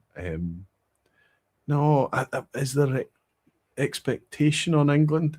I think there's a pragmatism about England that I haven't seen in even European finals before. We're talking about football here. I think there's almost a cautious, and I don't know if it's post Southgate that he brought a sense of canniness into things. I don't know. I haven't followed. I was saying earlier, I swore off football 32 years ago. So well, England have got a German manager right now called Tuchel, and we're still trying to work out which direction he's very. Has he been in the news for like his social life or something?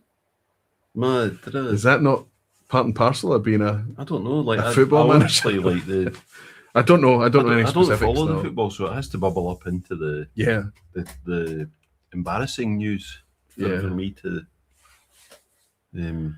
Let's not talk about football. Football's boring. We could do a football podcast. Oh, there you go. 2 out of 3 though. Well done, son. Yeah, there's plenty of room for not getting any more points though. Again, we've now spent 180 quid on these 3 bottles of whiskey so far, and we've only taken the neck out of each of them. We're pretty content. Yes, indeed. I would say absolutely. I wouldn't say we're ecstatic. I would say the first one, a 19-year-old Bowmore, is wonderful to have on the shelf. The Lochlea, we're quite happy with that. I mean, I think I like that more than you because I'm very partial to Lochlea. Yes. Well, I enjoyed it. I really did enjoy it. There was a youthful edge on it, but I talked about it being quite silky and things. And as you go down the bottle, that would go off as well. Yeah, that Macduff ended up being from a hoggy, didn't it? So we've got distillery wood. That's what's happened here, right? We've got some really right in the centre, safe, well called by you, tremendous, wonderful stuff. But you know what that means? We need to get into our second half of the proceedings. Where's the knife? The trusty knife gone? Oh, no. We don't have a lot of places to put it, Roddy, do we? I guess we could just... Oh. We're allowed to do that? We're allowed to do that. Right. Pick away, son. Okay, there we go. Eeny, meeny, miny. On you go. Right. Apologies for the mic noises that we're picking up here. Oh dear, we've had a wee meltdown on the computer. There we go. Need to bring this chat back up again. It's all fine. Right. I'll put that over there. Is that one clean, Roy? These three are clean, so Right. that's a clean glass.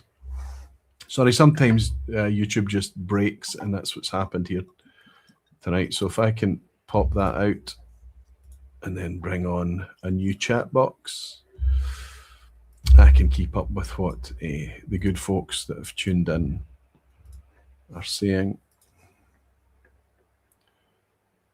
Takes an annoying amount of clicks to get it back. There we go. We're back. We're back in action now.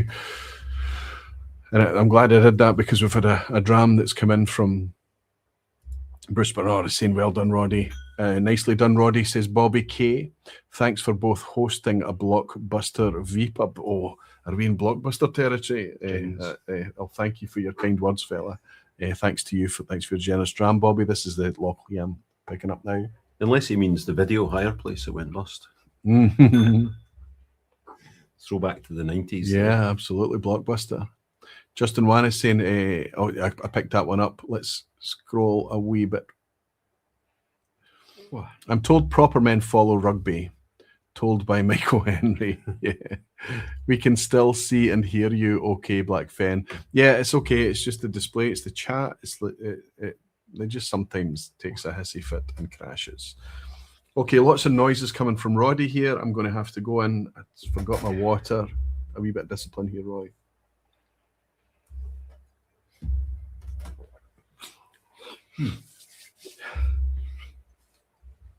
Okay.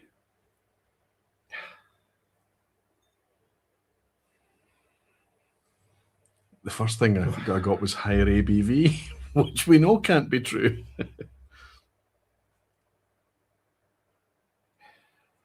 The colour again, like previous ones, we've got a nudge darker than a little bit darker. Had, yeah. Also, the nose is darker. Yes. There's more. The fruit has gone a little bit more ripe, and the toffee caramel edge has got a little bit more caramelized for me. I think we're heading into sherry territory. Refill sherry territory. Refill.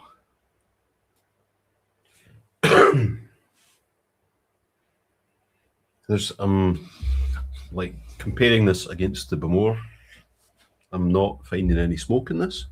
None. Not a jot.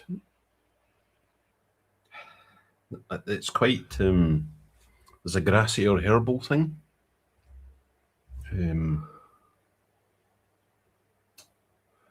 Or if you maybe want to say savoury. I'll give you that. Savoury is something that I find from time to time in sherry casks as well. In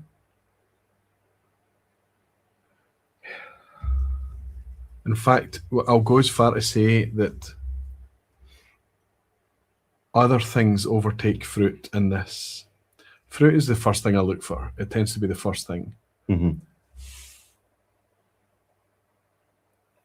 And a kind of, you said herbal?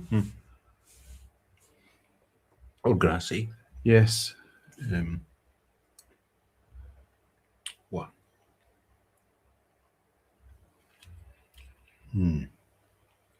That's very grassy on the palate for me.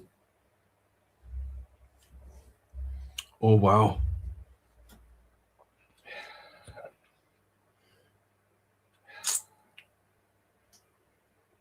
Wow. Quite dry. Yeah. I like this. I like this. We've got a completely different, we've got a step change here. Yeah, this is it's not a party whiskey. It's a contemplative thing. You want one. You'd have one of this if you want to be a little bit thoughtful about the whiskey. Yep. And then you'd move on to something fruity or sherried. I mean, more sherried. I haven't tasted it. I'm not so sure about the sherry thing.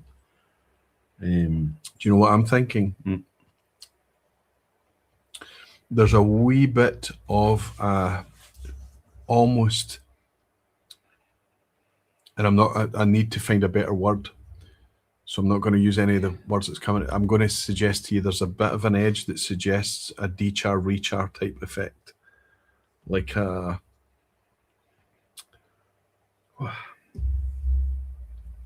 I don't know how to articulate it. It's not funk. It's just an edge. It's a slightly different. It's like a shift, like a. So that I very briefly got a little funky thing that the kind of thing that's not, it's not like the Kintyre Campbelltown funk. It's more like the funk that comes from a somewhat older cask, a refill cask that's not perfectly clean, which overlaps with the herbal thing. I don't think we have anything old here than maybe mid-teens is the furthest I would go. Yeah, because it's still a bit. It's not really gone into that silky soft palate. Yeah. Mm-hmm. I think there's still a wee bit of grip and edge to this. There's an angularity to this. That's what I'm trying to get to. It's a good word. There's a jaggy contrast thing going on. Like if you were to put somebody in front of these glasses that we're sipping tonight for the first time in their life, they were tasting whiskey and told them this was a different drink, they would believe you. That is the changes. Without relying on ridiculously overactive casks or heavy peat or something, there is a subtle but obvious step change. Excuse me. Mm-hmm. Yeah, because we had fruit, toffee, fudge, and now we've got this more savoury, herbal, grassy thing. So there's almost like a sage tarragon green. Mm-hmm. It doesn't arrive. It's in the finish. It's a sort of development to the finish. It doesn't arrive like that. It's dried herbs. Could this be your Brackler, Roddy? That is not. That hasn't crossed my mind once. I'm not seeing. What's the Brackler? What's that in? That was refill. Refill hoggy. Brackler. There's the herb. Well, like I said when we talked about hoggies, depends what the hoggy was. Okay, so I sincerely hope it's not, because I like this for the herbal thing, and if that's a herbal Brackler, which they're like hen's teeth. How am I going to get one? Will you take that off?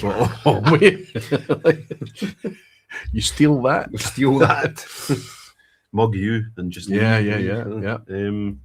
That is the last thing that crossed my mind, though. Sorry. I'm looking at our first fill bourbons, and I'm quite comfortable naively just sweeping all of that slide aside. I think we're in this. If we look at the second, there is some refill sherries here. 29-year-old Ben Nevis, Highland Park 22. And I just don't not getting that vibe at all. Feel old enough. Breval's first fill. Then we've got red wine for McNear and Lindors. And we've got port for that. I feel we're in this middle slide. Yes, I'd agree. So we're in dechar, rechar, or refill hoggies, refill butts. Okay, so So you said you got a mineralic thing from Glenkinchie? Mm-hmm. So I'm down to two choices. Because we've already got the Macduff. So and there's a reasonable, a 99% guarantee that they don't have duplicates in the cases. Yeah, I mean, and these are different anyway. Like they're clearly different, yeah. So I'm looking at this list and I'm looking at two candidates. Okay, I'm gonna go for mine. Okay. We'll do the same. I'll write mine down first, so that people can read how terrible I am as well as hear it.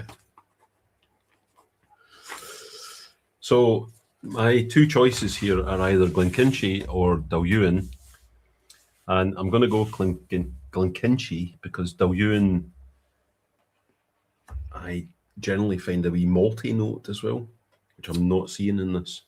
So I'm going to go Glenkinchie 13 from a refill hoggy. When I'm looking at Dalhuin, I tend to look for a slightly waxy quality to it, but it's clearly defined here. It's the grassy make. Everything fits with what I was saying before I looked that existed. I talked about dechar, rechar, I talked about the age and things like that. So it's naturally leading me towards that direction.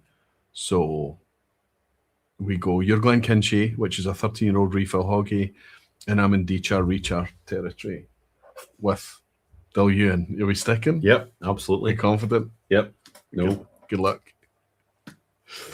All right. Cover up the coupons. We need to do the big screen. Big reveal. Is it we number 4 already? Yes, we are, aye. We're doing well. We should do this every week.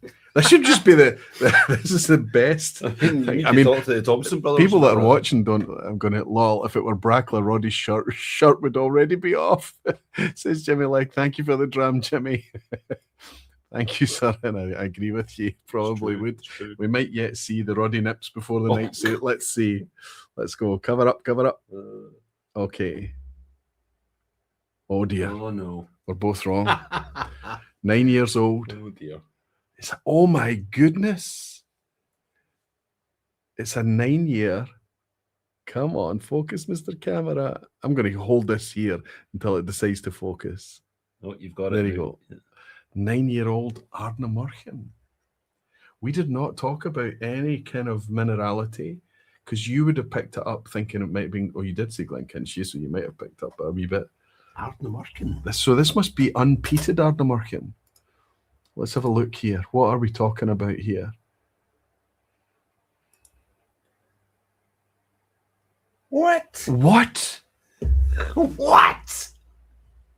9-year-old. This is peated. Peated Ardnamurchan. No way. This is why it's all the red faces I've gone through on the vPub over the years about not being peat blind and all of that stuff. If you detect it, you need to say it. And that if you don't detect it, you need to say it. I know this is 9-year-old peated Ardnamurchan. Unless there's another Ardnamurchan. Is there another Ardnamurchan?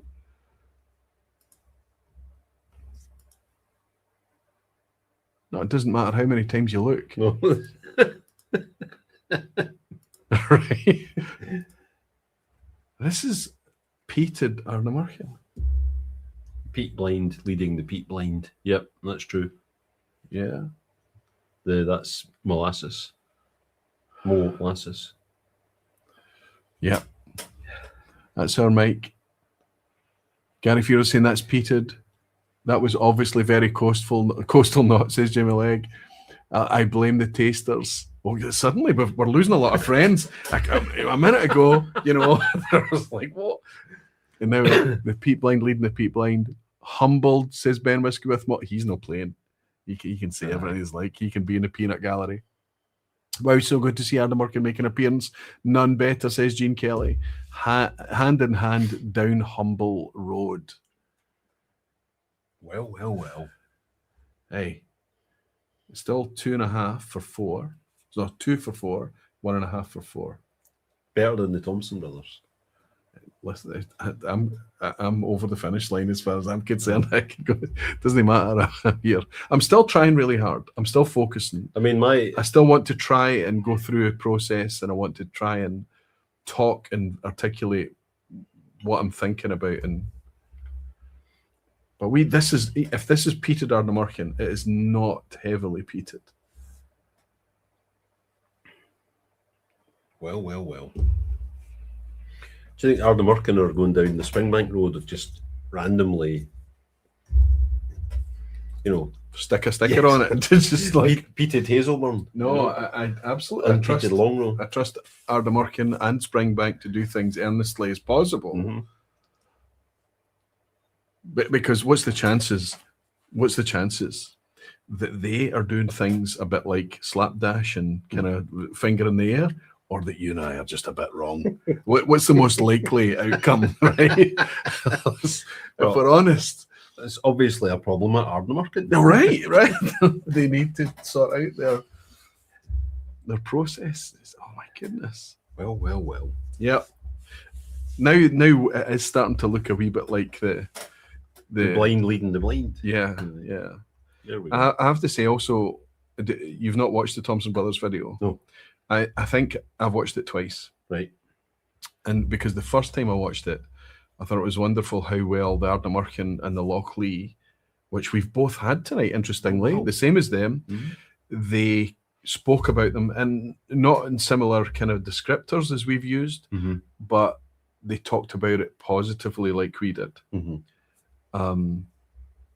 We got the Lochlea right tonight, but we got the Ardnamurchan very, very wrong. And I don't think I'm telling tales out of school to suggest that I think it's the same for the Thompson Brothers as well. Right. And I thought it was really good for these new wave distilleries to be spoken about as positively as they did and as we have tonight. That's clearly a very, very. We talked about this being contemplative, take yourself away to the side and have a wee quiet moment with it type whiskey. Complexity suggesting it was there. I knew there was something off there, and that's what led me to the dechar rechar direction. I knew there was a step change. There's still nothing. Now that I know what that is, you know how when you know it is, you go back and it's obvious. That's not happening. Do you know what I mean? I'm still doubting it, right? It's like... Well, I mean, what I've learned from this is that if somebody comes in the shop looking for Glenkinchie and we don't have any, I can sell them to Ardnamurchan. Oh, you might like a wee Ardnamurchan. Specifically, a peaty one. Okay, this is why we need to keep doing this. This is at the heart of what whiskey is for me. All this, I love it. I absolutely love it. Malt brother Ray, good to see you, Ray. So what if Thompson Brothers mixed up the corks? Who will ever tell? That's a wee bit like going into a bar and saying, can I have a Glenfiddich 12? And he pours you a Laphroaig, or he pours you a Glenlivet, and then you're not going to know. We can never allow that it just doesn't happen in whiskey. There's no benefit to be drawn from that. It was a neck pour peat. Aquaviti, that doesn't count. Jimmy Legs on our side tonight. That's Whiskey weird. Weekend Dram says some snobbery here, Aquaviti, haha. Hey, listen, there's no place for snobbery. And when we do encounter snobbery in whiskey, we encourage it. Let's have a bit more of your snobbery. Let's have it now. Come and do it on these rules, right? You know, hubris is very, very quickly rendered humility by a wee blind tasting, right? Earlier on, when there was a mention of Benromach in the chat, I thought that was a throwback to when we had the Benromach 21. And I swore blind it was an Indian whiskey. And I was agreeing with you. But my confidence that night knew bounds. I think it was my confidence going, I've just sipped this today and that tastes the exact same. And you're like, oh, what? I still get pelters for that. 21-year-olds. Oh, but maybe we need to have Sarah on. Oh. Huh? Yes, we need to get Sarah on. Is she willing to step forward to do it? Because she can continue to give you pelters if she turns up and she's... Yep, Sarah can come on and I'll sort out the blind drams. I don't mean to be in any way kind of, I don't want to make distinctions between genders when it's not necessary. But in my experience, women are better at this shit than men. I don't want to... No, like I'm already on the back foot with Sarah. I don't need you saying stuff like that. Right. Okay, Sarah doesn't watch the vPub, so we're all right. She does occasionally. She watches enough of it to be able to give me pelters. She watches when you're on. I'm on Roddy's side. You're just along for the ride, says Jimmy. Thank you, buddy. And Scott Thor is saying, really enjoying this tonight. I just wish I could taste them too. And I know, and it is that one day we will work out a way for us all to be tasting the same thing at the same time.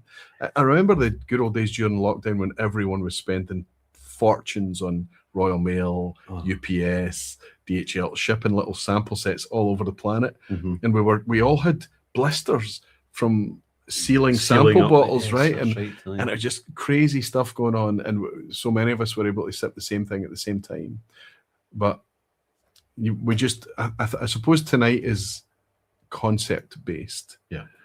Because if you're here tuning in to, well, if you want to see us crash and burn, that's not going to happen because we've already done quite well. We're quite happy. There's nothing. But if you're here to see us succeed, we're going to disappoint everyone, unfortunately. Gus is saying, didn't the Thompson Brothers in their video say they missed the Ardna because in the draft list they were using said unpeated? They changed the final list to peated. So they found peat where we did not and changed it to, I don't know. Women are better at this, annoying as it is, says Jimmy. Aye, Angie will tell you that. Even though you're the whiskey guy, she'll tell you. Justin saying, time to sign off for me. Well, he is in Hong Kong. That's fair enough, isn't it? Speaking about the Glasgow Whisky Festival, Mrs. Wan is nervous. But I trust that every one of you will make her understand what we're all about. I'm depending on you guys. We will absolutely look out for you and Mrs. Wan, Justin. I can't wait to welcome you back, buddy. It'll be a pleasure. Don't worry. Please reassure her not to worry as well. Okay, 2 more to go. We are rattling through. We are, oh my God, 2 hours in. Okay, shall I open this one? I'll leave the last one for you, fella. Okay.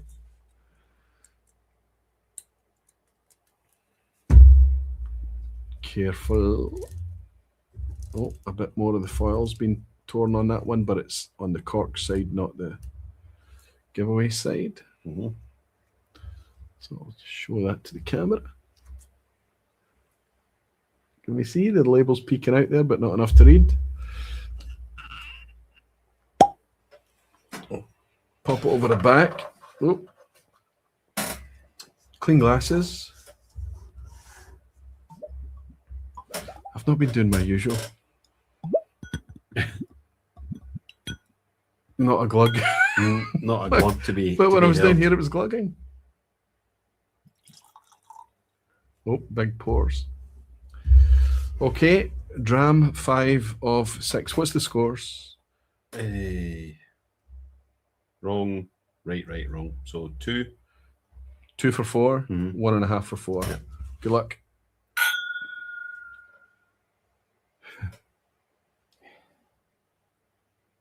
So we're both doing the same thing, aren't we? Smoke? Smoke? Smoke? Again, no smoke.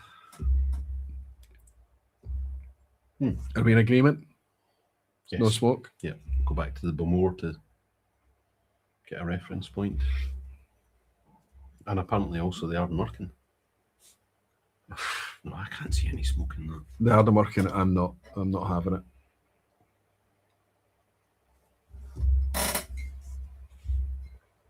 Let's have a wee look at the Thompson Brothers website on this, just in case I've picked a wrong list. So if we go to, is it Dornoch Distillery?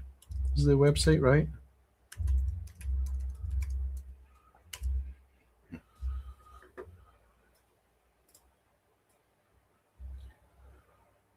That's not what I want. I want home. Mystery Malts, find out more. That'll do. I don't want to view all releases.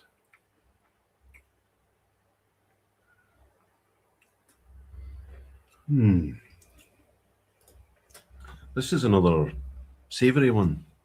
It's there's more fruit than the Ardnamurchan, but not much more. It's quite dry. Doesn't taste super old. So 8 to 12 ish.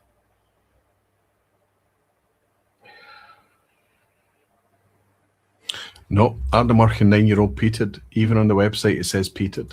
So it doesn't matter how many times I go back, it's peated Ardnamurchan. Okay, I was trying to take in what you were saying there. I'm just thinking aloud about this Dram 5. Wow. So, like the Ardnamurchan, I find, contra the first 3, which were sweet, fruity, toffeed, Ardnamurchan went to the grassy, savoury side. This one is similarly savoury, dry, heathery, earthy. This is the nicest dram we've had tonight for me.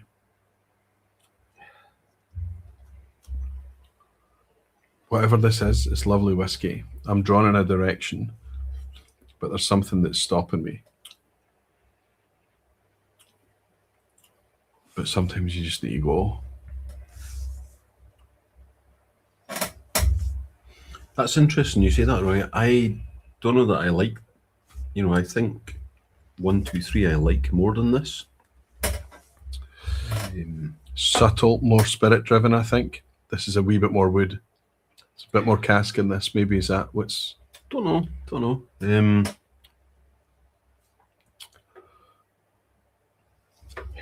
Can we pull up the list? I'll pull it up, but I'm not going to look at it, so you can tell me whether you want that or that or that. Back to the start. Can you do the big list? The big list yeah. there? Just swipe to the side for you. Right, there you okay. go, fella. Sorry that this isn't as interactive, but I think this one's just thrown me down a contemplative... It's quite a hard whiskey to think about. Yes. Well...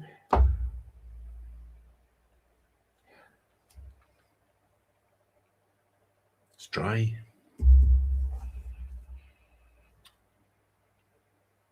Yeah.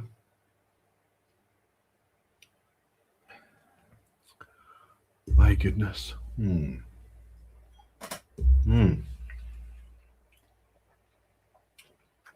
Oh, that's a challenge.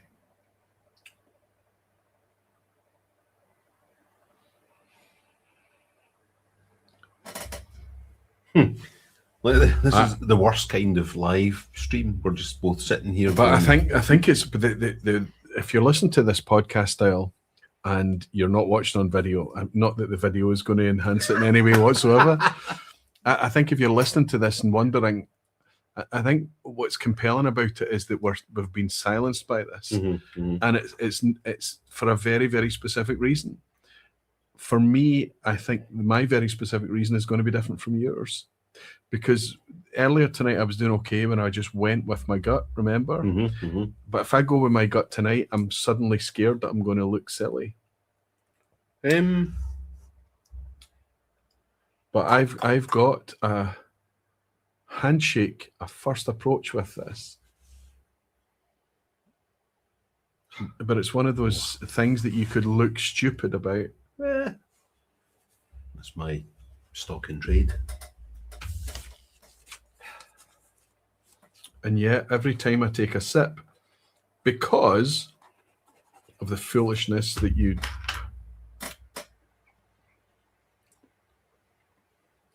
Yeah, I just feel like this is another one of those kind of...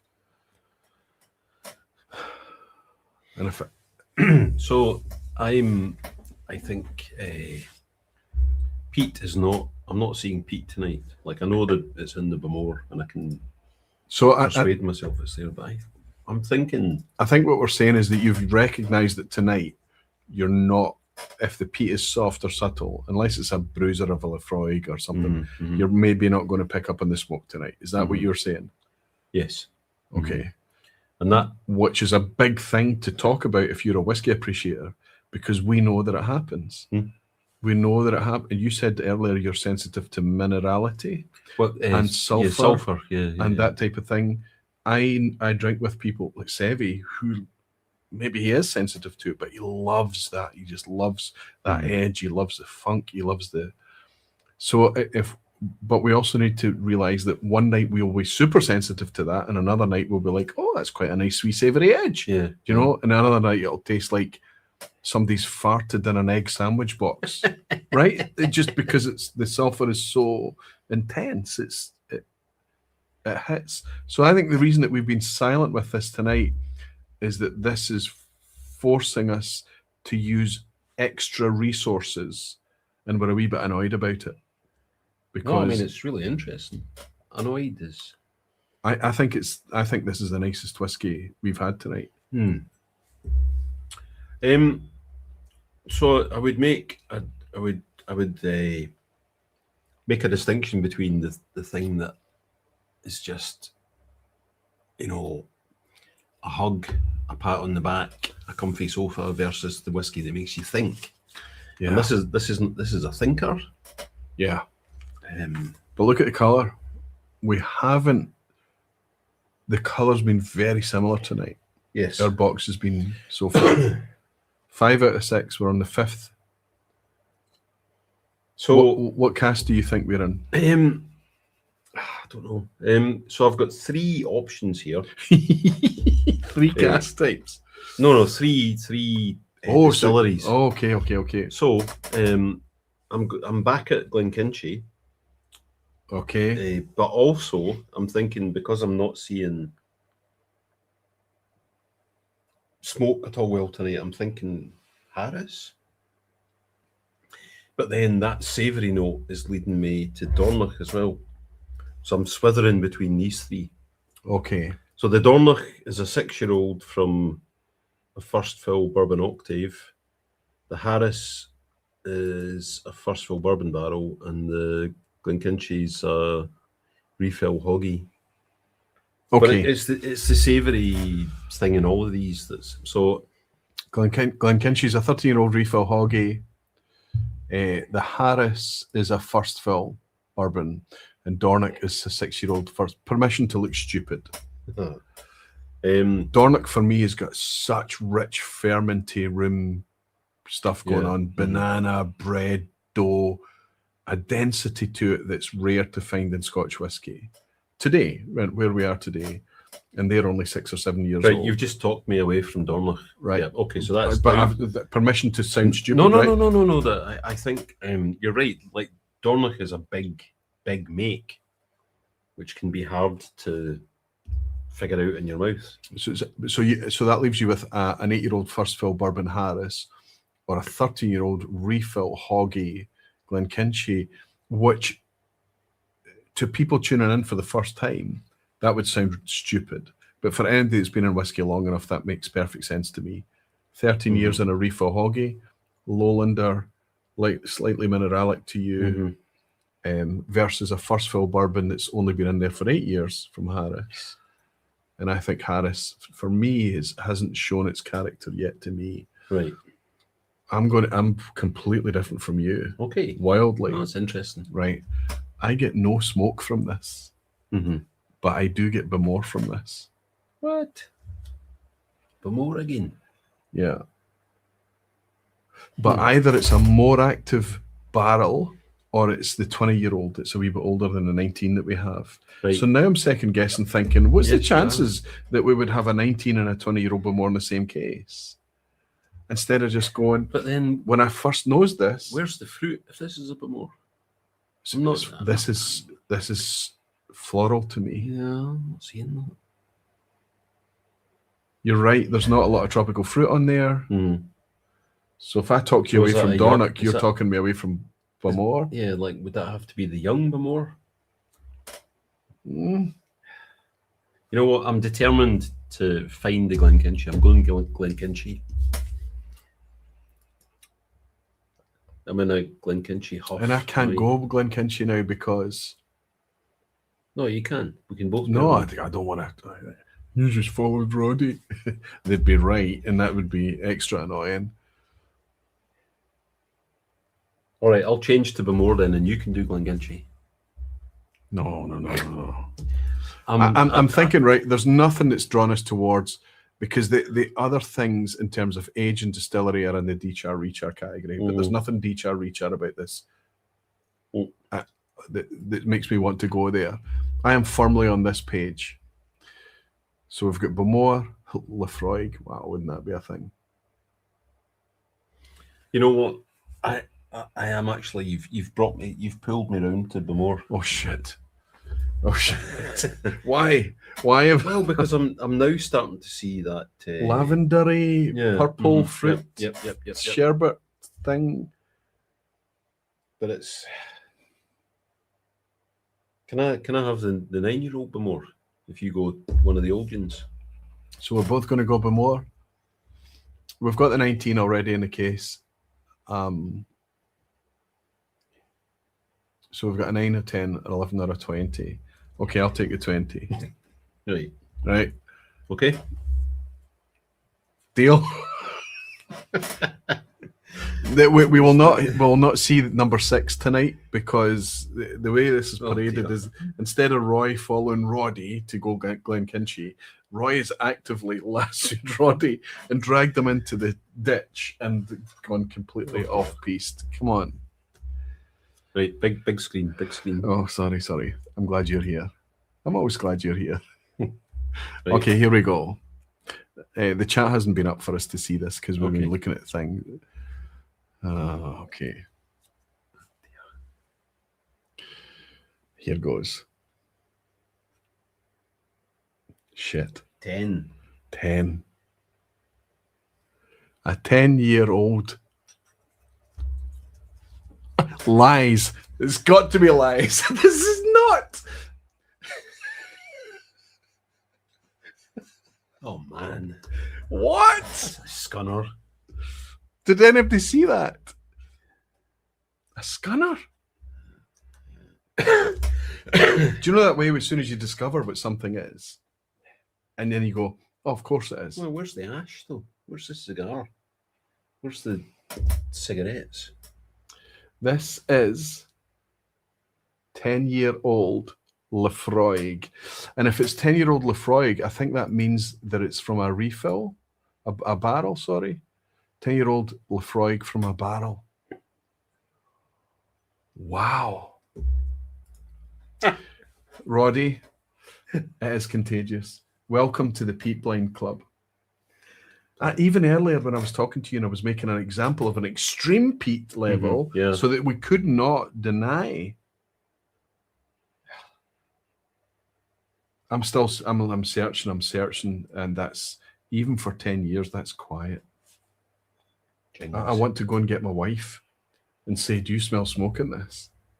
But I know what's going to happen. She's going to say, oh my God, that's so smoky. Yeah. She's going to say. But this is. I guess I could argue myself into saying it's savoury, therefore sulphur, therefore peat. When I did this, that's and you said, where's the ash? My brain found ash. It's not finding it now. You got an empty glass. Well, that's the best way to see peat, though, isn't it? Do you know what I said? Do you know what we forgot to do? I'm happy to have paid £58.50 for this. Yeah, no, it's or really £65 for this. Yeah. And I said that it's the best one that I've tasted tonight because it was the most impactful. It was the most like. So I'll stick to that. We're now 5 bottles in. So that's 300 quid in whiskey, and every one of those, I think, is worth it. Yeah. Here's the crazy thing: I could take that box of 6, mix it up with these ones over my shoulder here, put them back in the case, and take them to a pal, and say, "There you go. They've got a fresh challenge to do all over again." Because they don't know what it is. And you've kept the wee caps to cover them. Yeah, kept the wee caps to cover them. And even if they've watched the vPub, which most of my pals cannot watch because they know the real me, and they're just like, why are you doing that thing? Like, you understand, right? So they're going to sit and drink the whiskies and play the game fresh. I think it's tremendous. Good way of doing it. I think it's tremendous. Man, oh man. But I say it's weird to be so peat blind, though. And you can't mix up the corks because you know that strap that goes under the collar the label, the seal, the foil seal. That's there as your backup. Never in a million years would I picked it out as Laphroaig. If we're going to enjoy the success, we need to share the pain, right? Incredible. Still 2 for 5. It was started so well, didn't start so well, but built and then fell. I think we both allowed ourselves to get a wee bit excited. I know. We're back on football themes again. Okay, last one, Roddy. This is what Scotland do, isn't it? Yeah. I don't think Scotland do as well as this. Oh, okay, right. Here you go, fella. Excellent. Right. Crack our last bottle. Put these out the way. Bottle number 6, and that's our case empty.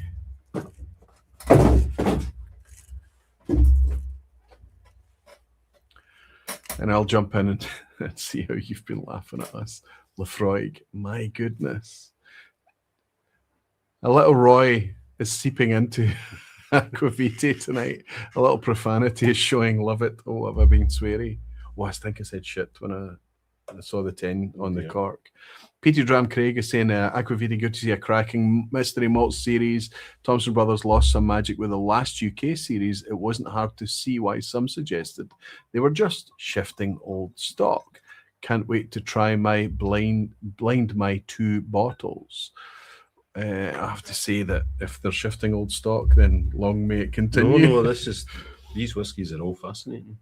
Whiskey Weekend Drama saying, Pete Blind instead of Pete Blind Pete tasting. Absolutely, Harrow, you're right on the money there.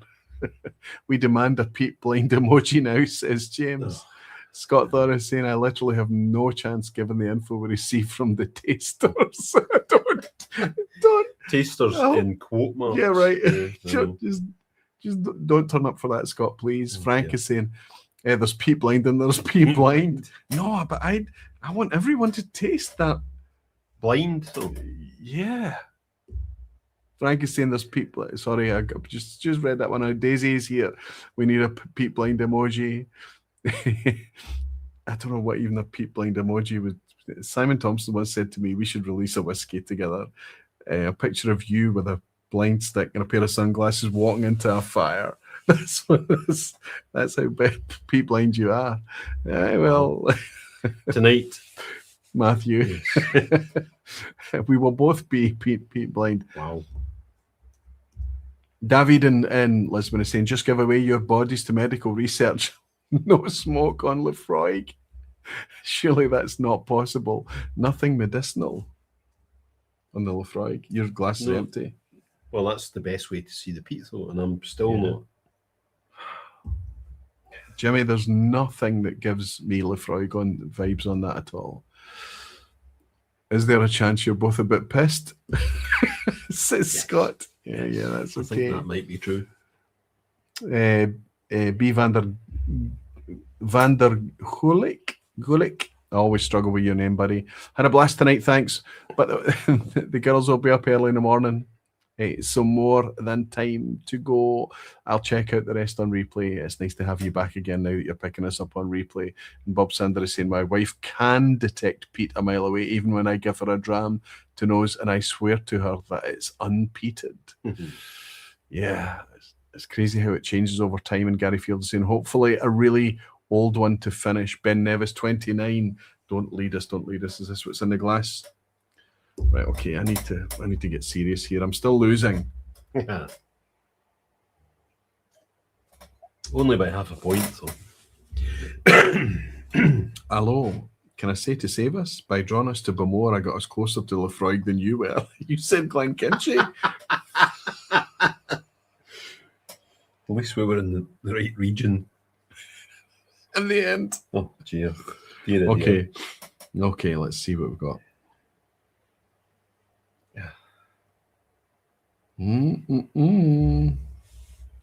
Okay, so for starters, no peat. we're on. We've been consistent this evening. We've been consistent. There's no peat. I got peat in the Bowmore to start tonight, but after that, you're right. Okay. It's all been gone. I'm getting youth on this. I'm getting lots of fruit, but it's green orchard sharp. What kind of fruit are you getting? A bit riper than that. More yellow. Not tropical. Creamy as well. I think that's, it says, it's kind of saying bourbony things to me. Oh, it's really quite alive. Youthful, but not super. So 10-ish. Single digits. No, I might go 10, 11, 12. Okay. We're in bourbon territory again, though, aren't we? I think so, yeah. So we've not, I don't think in our specific case, I don't think we've had any of the funky, crazy. There's port and there's wine. We've not had any D-char, rechar. We've not had any sherry. No. And that's still the case, I would say. Yes, I would agree here. There's a chance it could be D-char, rechar, but I think it's unlikely.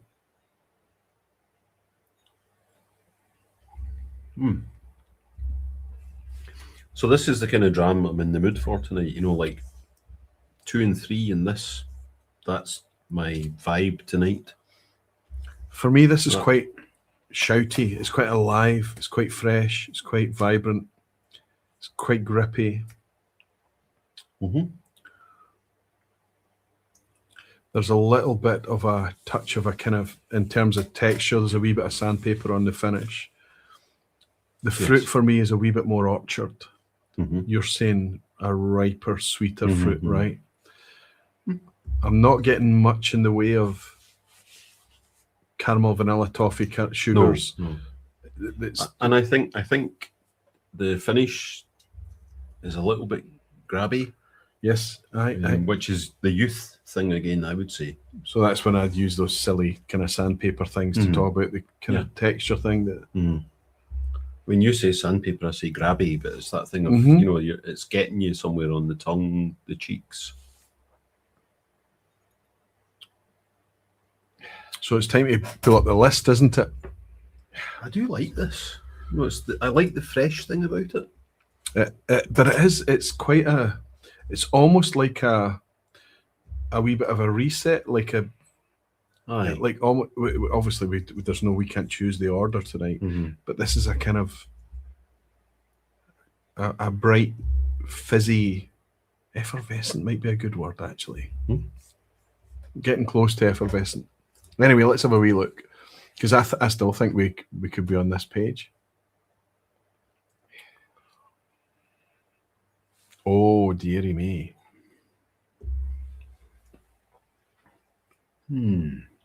What's interesting to me that theoretically, out of 1, 2, 3, 4, 5, 6, 7, 8, 9, 10, 11, 12, 13, is that 14, 13 or 14 on this page?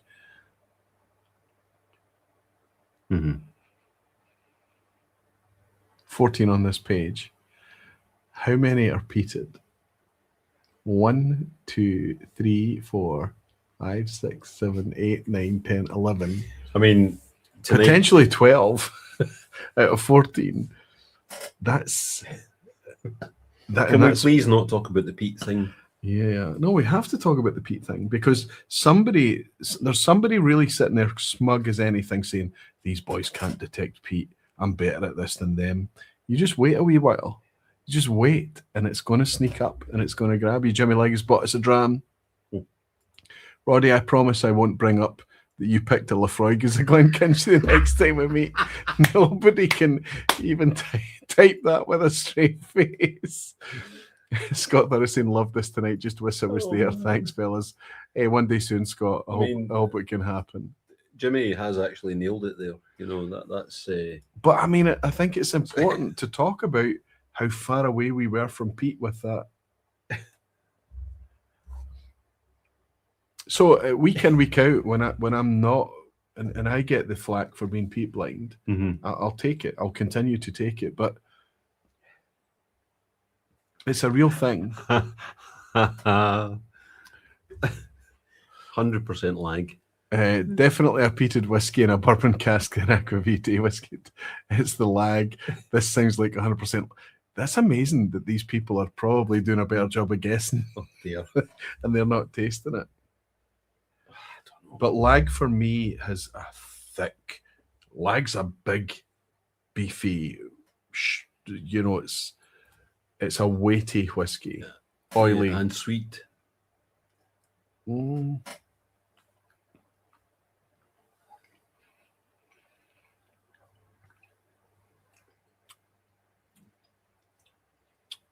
Could this be the lag? No, come on, please. Can it be the lag? I'm telling you it is. Get off. I'm telling you, I'm going to lock in. No. I'm locking in on. Am I writing lag though? That's the thing. Can I see the D-char page? I don't like any of them. You need a parachute. That's why you want the D-char rechar page. Dal Ewan Grassimate, Klein Leash, Glenord, Colila. Klein Leash. Why have we been talked into peat when we didn't?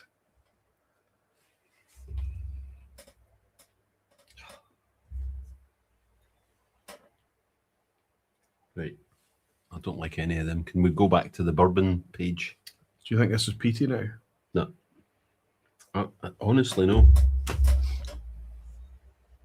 Going back to the bourbon page. We've either got a Glenburgie at 17 years old. There's no chance. No. Glenburgie's a fruit monster. It pops with fruit. Mm. Harris, I don't have a lot of experience with, but I'm not there. It probably is then. Lochlea we've got. Lag, 6-year-old lag. Ardnamurchan peated we've had. And Rassie, lightly peated, 7-year-old. Anyway, have you written down your I've choice? locked in, yes. Right, I'm going Harris then. All right. What did you say? I'm not going to show it. Oh. Unless I'm right. Ah, okay. I went for lag. And seriously? Yeah. Lag? So we're looking for peat, right? I cannot, like, even with my nose in that Laphroaig glass. Are you getting smoke? Did I get smoke on the Laphroaig? No. So what am I going? So I started to talk about the lag being big and heavy and thick and oily. And the very next sip I took was a big, thick, heavy, oily bastard. Clearly I'm wrong, but I mean, right, let's do it. And there's a wee bit of your lag. I'm Harris. Lag and Harris. Okay. The scores are currently very, very close, are they not? 2 to 1.5. I'd be very happy if you won tonight. So would I. Really, really not. Okay, here we go. Focused. No way. It's something completely different. But I didn't even see what. Did you see what it was? Did you read it? No, I saw the 13. I saw the 13. I tell you what, we're not going to look. We'll look away, but we'll hope that it focuses so that the people can see what it says. I can't see what it says. I can see the 13. Let's go and look at what's 13 years old. None of them. Nothing. So we got the cask totally wrong. Yeah, yeah. Fail, Wow. fail. Glenord, Klein Leash. Glenkinchie. Wouldn't that be the... That's a scunner if it's the Glenkinchie. And there's nothing on the last page at 13, so it's Glenkinchie. It's Glenleash or Glenord. See if it's Glenkinchie, I will eat my hat. I will find you a hat. It has to be made of chocolate, so. Oh. Well. What? What is it? You want to know? Not really, no. Have a wee look. Oh, no.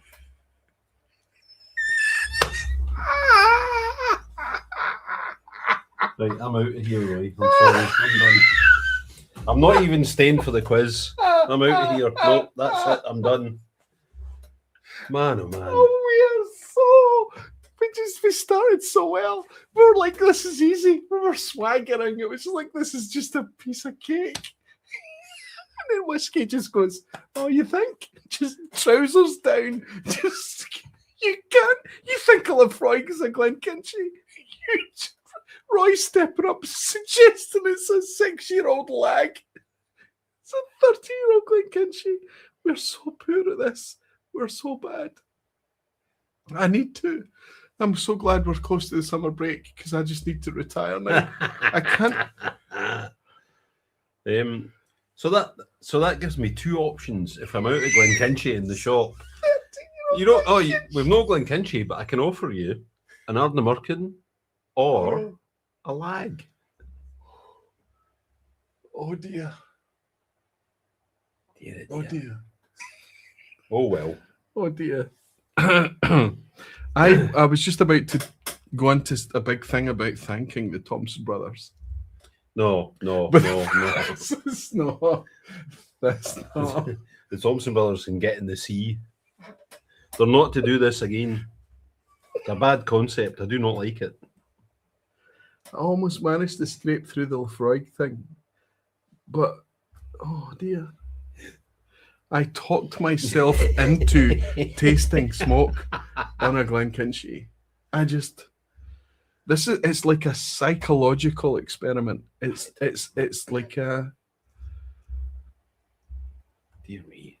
I tell you what, anyone that's sitting there right now with a wee smirk on their face, thinking, these guys are poor, these guys are terrible, I invite you forward. I invite you. I'm not going to take the financial burden, but we could probably share. We could do a 50-50. We could, and if you have something and you think, I'll tell you what we could do. We could gamble on it like a charity thing. And if you felt that you could have got 6 out of 6 tonight, or get 6 out of 6 on this, you could. My point is that until you sit and do this, you don't realize all the kind of things that are happening. Your brain, your olfactory system, your nose, you're looking at you're going, okay, we're clearly in bourbon territory. But it's not. The Glenkinchie was what? What cask was it in? Refill Hoggy. Of course, that makes sense now. This is annoying. But it's so much harder than you imagined, right? Yeah, absolutely. We still bet the Thompson Brothers. But that was the main thing. By half a point. By a point. That was the main thing. Cheers, lads.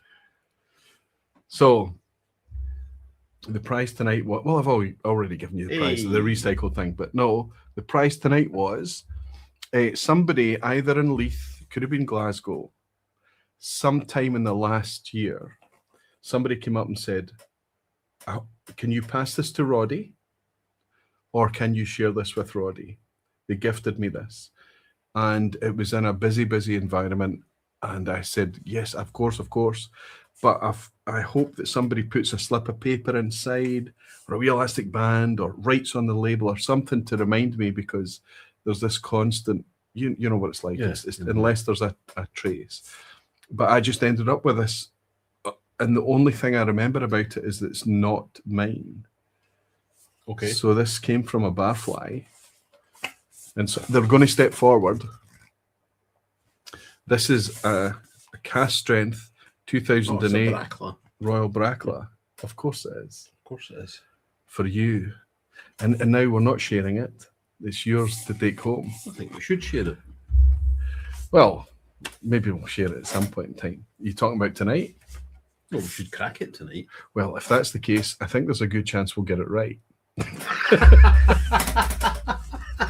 So for no other reason. What if it's one of the herbal ones? Yeah. Oh, what if or those rare smoked Braclas? Yeah. You're hoping for a hairspray one, right? So I'll get fresh glasses. Yes. Crack away, sir. I will do.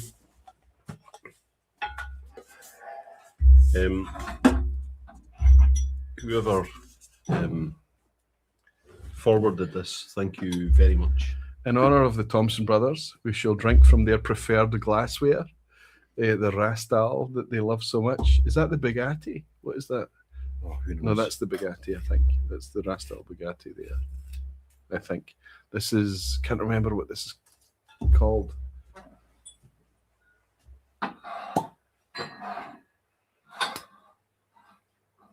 And I'm trying to find another one. Ooh, I can't. I'll just do with the regular one. Mm-hmm.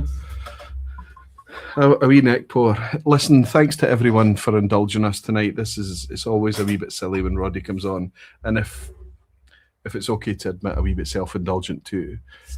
But I think that we did actually achieve something tonight. and I think it's all Yeah, to we do with beat the Thompson Brothers. Yeah. Okay. Yes, I'll take that. I don't know how much we want to push that, because if they were to do a face-off, I would be like, nah. Just there was an event that happened once where they got 1 out of 6, and I got 1.5 out of 6. I'd be up for that. I wouldn't. Okay. Always happy to be wrong in public. Oh my goodness. Get that hat. Everybody's of course want you to eat the hat, because it literally was a Glenkinchie, you said, which is why I went into hysterics at the beginning. I did qualify that. Where should I ship the hat to, Roddy?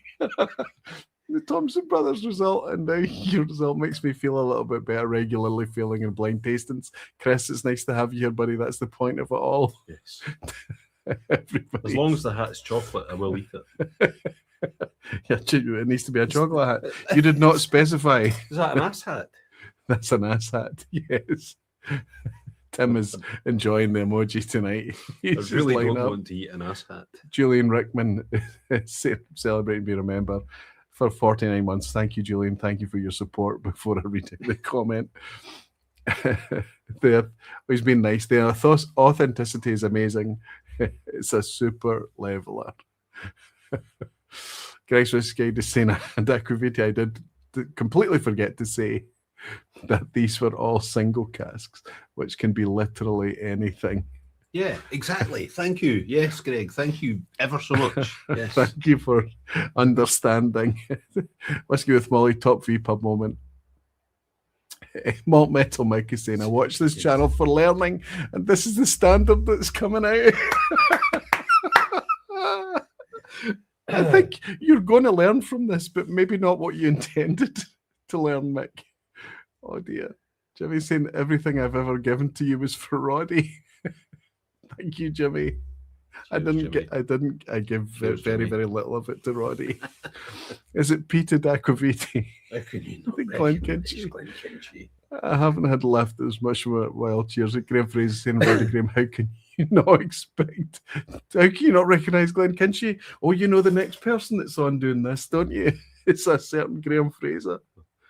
Ian Williamson is saying, fantastic evening, guys. It gives us relative newbies some hope. We'll catch the quiz on replay. What a mess. David in Portugal is saying, this is one for the history books. Cancel Netflix, Apple TV, Disney Plus, Amazon, HBO, sport channels, live entertainment does not get better than this. Thank you, David. Whiskey with Molly is saying, does that make Roddy the new whiskey Jesus? Gavs Rams is saying, a pair of plonkers, but brilliant to watch. I'll take that. Yeah, I'll take that. Thank you, Gav. Let's be plonkers together, Gav. Black Dennis saying, this has been great, Aquaviti. Congratulations to Roddy for beating the Thompson Brothers by 100%. That's some facts. That's some facts, Black Fen. In your face. Adrian H is saying, maybe that's the best vPub I've been in my short time watching. Thank you to you both. Thank you, Adrian. Whiskey Weekend Drama saying, what fun, had to wait. But too late for me. It's time to take a short nap. I need a nap. And Malt Metal Mick is saying, loved tonight, gentlemen. Okay, listen, I know it's not the best watch, but for us, and I think somebody talked about, they didn't say integrity, transparency, honesty. They said something along those lines. Mm-hmm. There's no other way to do it. It is what it is. And I mean, you're going to get it from Sarah tomorrow. She's going to say, you thought the Laphroaig was a Glenkinchie, and you thought the Glenkinchie was a, what did we say in the end of Bowmore? Lag. No, you said lag. I went lag. Dornoch. You went, no, I talked to you at Dornoch. You went somewhere else. Where's the list? I've already forgotten. I'll watch it on the replay, right? Yeah. No, I don't even need to, because both Sarah and Andrew will remind me. But you said if this is Glenkinchie, I'll eat my hat. I did, yes. So you better not be wearing any hats to work anytime soon, because Sarah will give you a knife and fork. And she'll say, tuck in, son. Do you want that stuck in the microwave for a wee spin before you eat it? You're like, I've been watching a long time. This is still one of the best moments. And Frank is saying, just when I was going to come into Roddy's shop for a recommendation on a non-peated dram. Lowland whiskey. Let me offer you Auchentoshan.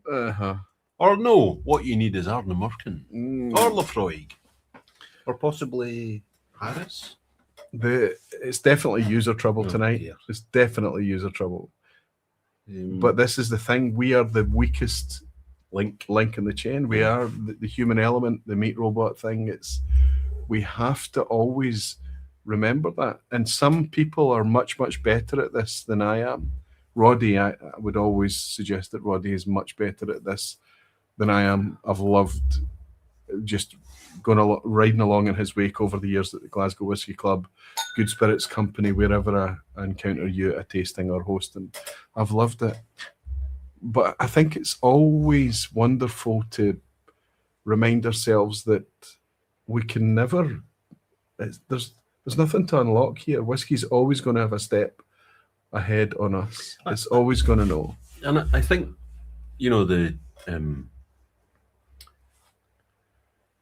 one of the good things about whiskey is that the spectrum of flavours is wide. We know that. It's endless. But within that spectrum, and I was trying to capture that earlier when I was talking about, learning a given distillery, different ages, different cask types. And then, as somebody in the chat said, these are all single casks. So they're, Greg. Yes, Greg, that's right. And then my friend Terry from Canada, she says every single cask is a snowflake, unique.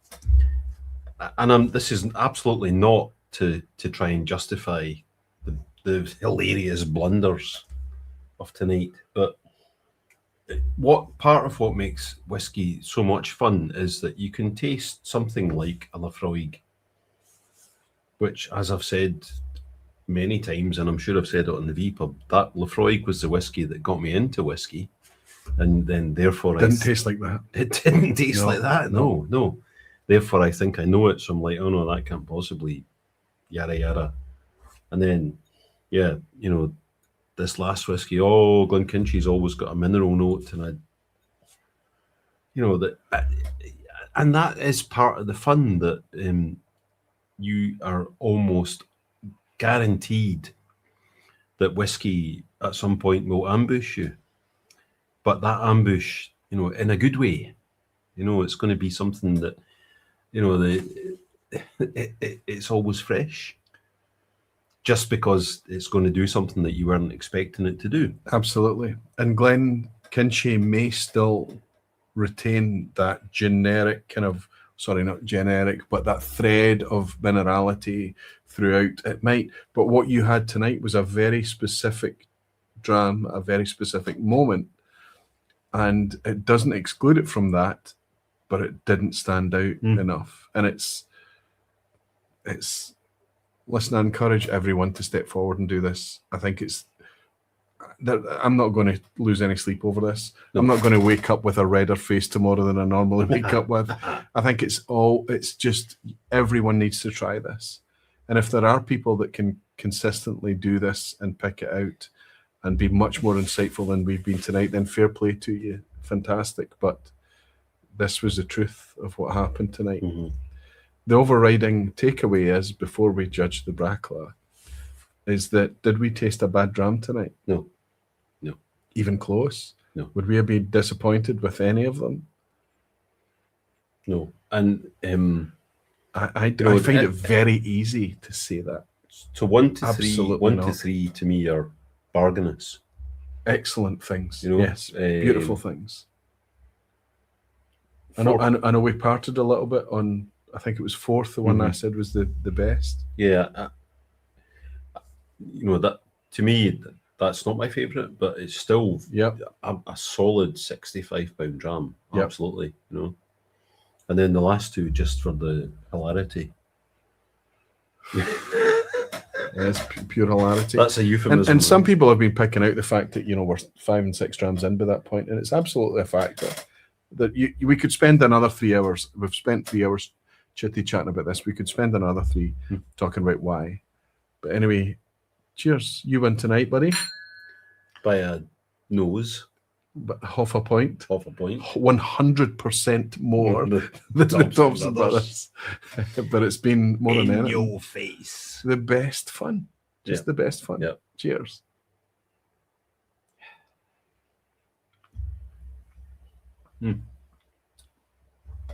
That is a wee bit spritzy to me.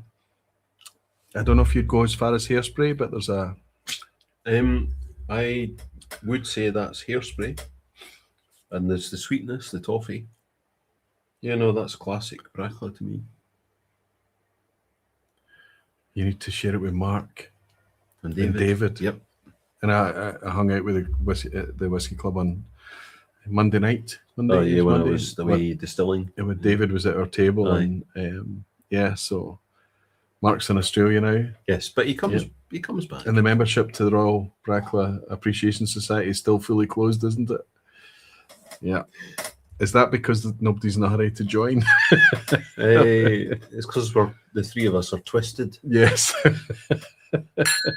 Cheers to Mark out in Australia. Cheers, Mark. And cheers to David. There might be a wee drama of this coming your way. It's quite a good one. Anyway. Now you are going blind. It's a quiz at the end. Thanks to everyone for hanging out with us tonight. We're going to close off with a quiz at the end tonight. I hope you enjoyed this. Frank G is saying, just when I was going to come into Roddy's shop for a recommendation, we picked that one up for an unbeaten dram. Graham Fraser is saying, I'll have to watch this on replay. It's hilarious. Gus PW is saying, this was great fun, but too late for me to do the quiz. Good night. I hope you pick it up in the replay, Gus. Thanks for hanging out with us. Jimmy Legg is saying, it's always whiskey and IT. The problem is always the biological interface. That's right. Finger trouble, isn't it, buddy? Whiskey with Molly. On the quiz, I've got a day in Geneva tomorrow. Sorry, Ben. Sorry, that's in our chitty chat. Okay, let's get the quiz up and readied. Remember the usual rules. It's always multiple choice. A wee bit of fun. Quiz at the end. I don't need to say this for anybody that's hanging out with us at the quiz at the end. And oh, wait. Do I not have some official Springbank endorsed? Yes, I do. Excuse me. David at Springbank printed these for me, and I don't use them often enough because I think they're fantastic for when I have a guest on. Look at this. Oh, wow. Look at these. He gave us a full set of them. So wow. There you can go. You can use these for your quiz at the end. Let me do you a screen. You can. So thanks to David at Springbank. That was back in 2023 when I did the Springbank School. We did that there. We did the broadcast live from there. It was fantastic. But yes, if you're hanging out with us, you know the rules of the quiz at the end. Good luck, everyone. I think this is a start. It's a wee bit like our blind tasting tonight. It's a start comfortable, and then the wheels might wobble a wee bit towards the end. About Glenkinchie. There may be. There should be. There may be. There blooming should be. I don't remember. But perhaps. The answer to every question is either Glenkinchie or Laphroaig. Laphroaig. Oh dear. Oh dear. I'm gonna not be able to sleep easily tonight. The more I think about if this is Glenkinchie, I'm gonna eat my hat. Anyway. Like a chocolate hat. Yes. Let's hope it's natural fibers. Question 1. Good luck, everyone. Which of these distilleries were built in the Waterloo style?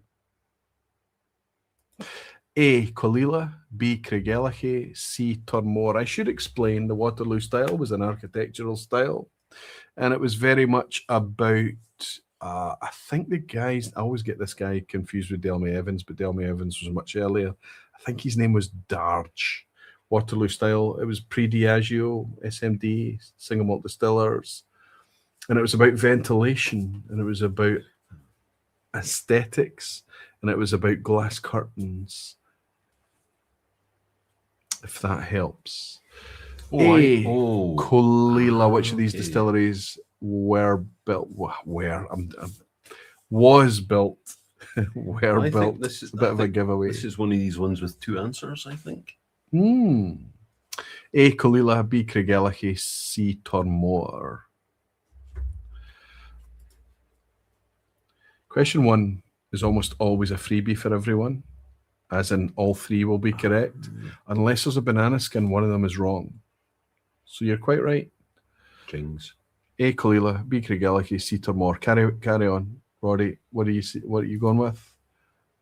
A. For safety, I can tell you that Colila is absolutely correct, but Craigellachie is also correct.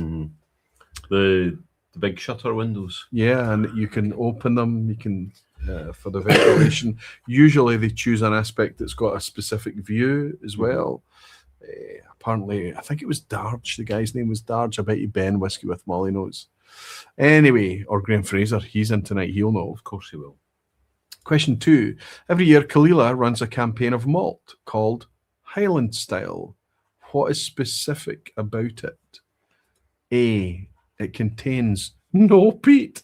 I had no idea we might be on theme tonight. B. It contains a much higher peat level. We still wouldn't see it. Yeah, I know. Or C. It extends its fermentation over a summer shutdown. What is specific about Colila's Highland peat? Hold. It contains no peat. It contains very much higher peat level, or it extends fermentation over summer shutdown. I like to hold a wee bit because they're about 6 or so seconds behind us. Okay. So it's difficult for me to react to how quickly they're reacting, if that makes sense. Daisy's on a 1 out of 1 already. She started off quite happy, but Scott has seen a bad start. Oh dear. Lassie is in. Good to see you, Lassie. Discordia is here. Good to see you back again. Rob Too Slow is in. Gabriel Welding. Fantastic to see so many of you still hanging out with us at the end. Brilliant for such an indulgent thing.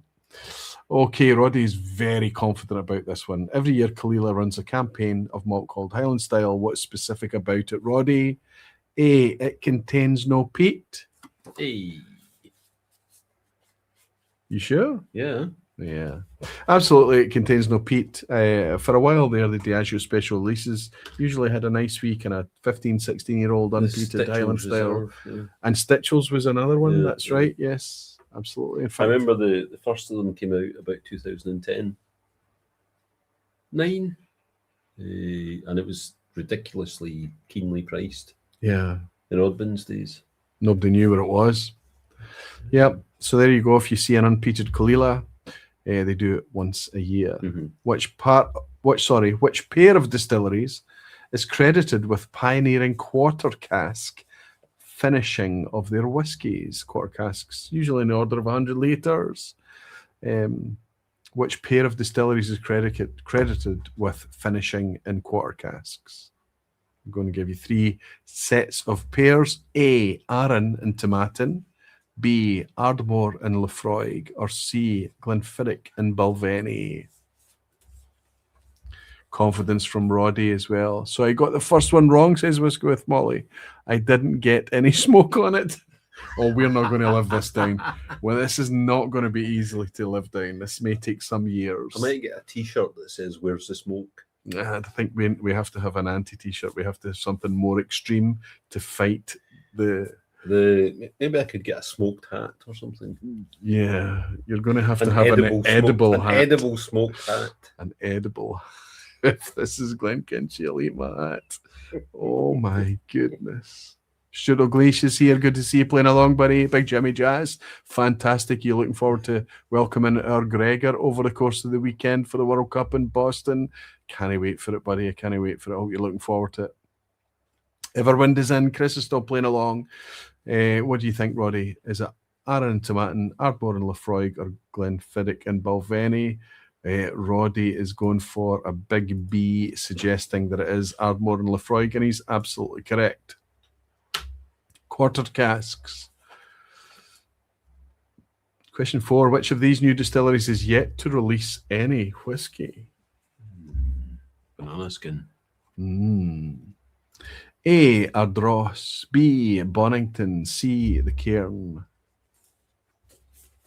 Which of these distilleries? Now remember, to get us up to the halfway line, 5 out of 5. It's usually a pretty easy, smooth road.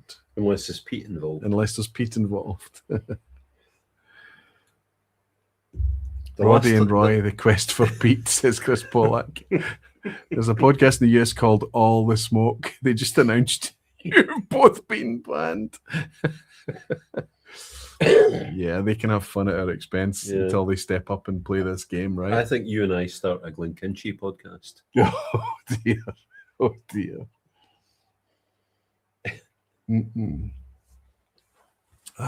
I just want this whole episode to pass quite quickly. Okay, what are we saying, Roddy? Which of these new distilleries is yet to release anything? Ardross, of course. Bonington. We have a Bonington over here, just behind in my new Lowland section. Very nice. And we have the Cairn up here and under the sea section of the Speyside collection. But Ardross are holding, apparently they're going to be holding for at least into 10 plus years before Ardross release. They must be getting close to that now. Question 5 is always a picture. I've shown you a picture of what I promise is a distillery. And I'm just going to ask you one of 3 things. Where is this? Is this in A, Sweden, B, Scotland, or C, England? Where is the distillery in the image? I was pulling this together tonight as Roddy just arrived, and I realised that this might be a question that has previously been used, but I'm not sure. I don't know. I've been there. Oh, more confidence. So you're rocking towards a 5 for 5, right? So you're pass mark already. You feeling good about it? Yeah, I'm looking forward to the PT questions. We'll add some kind of seasoning. Okay, are we in Sweden, Scotland, or England? Roddy, where are we? Roddy thinks we're in Scotland. Where are we? What is the distillery? Ardgowan. Spot on. Absolutely. Ardgowan Distillery in the Lowlands, Clyde Estuary. Inverkip. Yep. I've not been there. It's a good visit. They've got glass covers on the manholes. Is the still house glass? Is that glass there as well? No, that's storage tanks. The still house is at the towards the left of the picture, on the gable end. Yeah, and that's if and when they expand, then it will build forward. It'll just get longer. Yeah, and higher. And they're doing this brave thing of for single malt, everything's going into sherry casks. Everything. With some sort of Solera system, which I didn't quite understand. I think it's a bold move, and I think it's to be commended because they're making sure that they're going to be different from what other people are doing. That is fascinating. Yeah, and also a wee bit. Please put some of it in a bourbon cask, just as a kind of control. Well, I mean, I'm sure they will be, but in terms of what they talked about on the visit. And we have to remember we're only about 40 or 50 years into bourbon casks being used in Scotch whisky at all. Yeah, but I think the reason we love it is that the sherry casks that are used nowadays are often exclusively such. There's not a lot of kind of tempered refill, third fill, fourth distillery wood, as we were talking about earlier. Yeah, and I think that there's start to be a lot of talk about dematuration in whiskey these days, where these new active casks that's been invested in for the last 10 or 20 years are starting to be so prominent that they're taking them out and putting them into quiet wood and things. But I can understand the new distillery doing that. Yeah, they've not had their troubles to seek, so they're not right far into their journey. So new distillery, and they've had the power supply has been a problem, and they've had flooding, so they're behind their schedule. I think it's promising. And certainly when I was there, it smelt.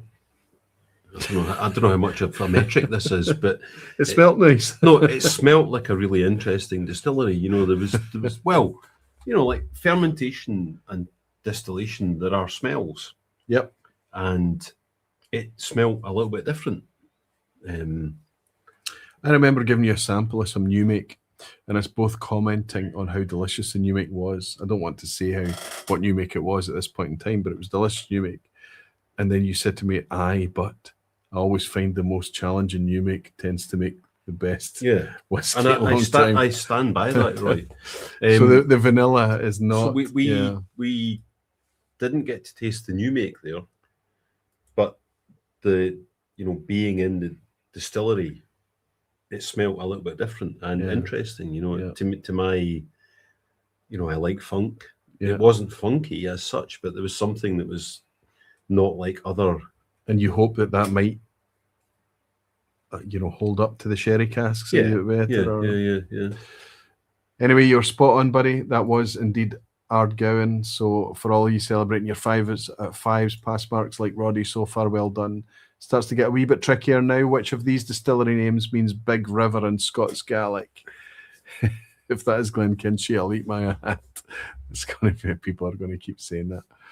There's a bit of a time glitch going on. Sorry, Bruce. I think it's the time glitch is just me and you chitty-chatting, maybe. Right. I don't think so. Which of these distillery names means Big River in Scots Gaelic? A, Ardmore, B, Altmore, or C, Manickmore? Which of those means Big River?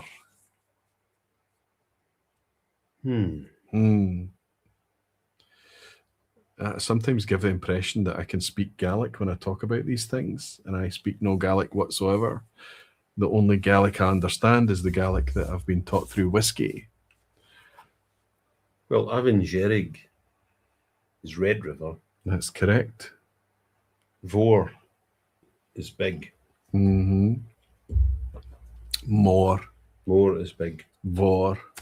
So it's not Manickmore. So it's A or B.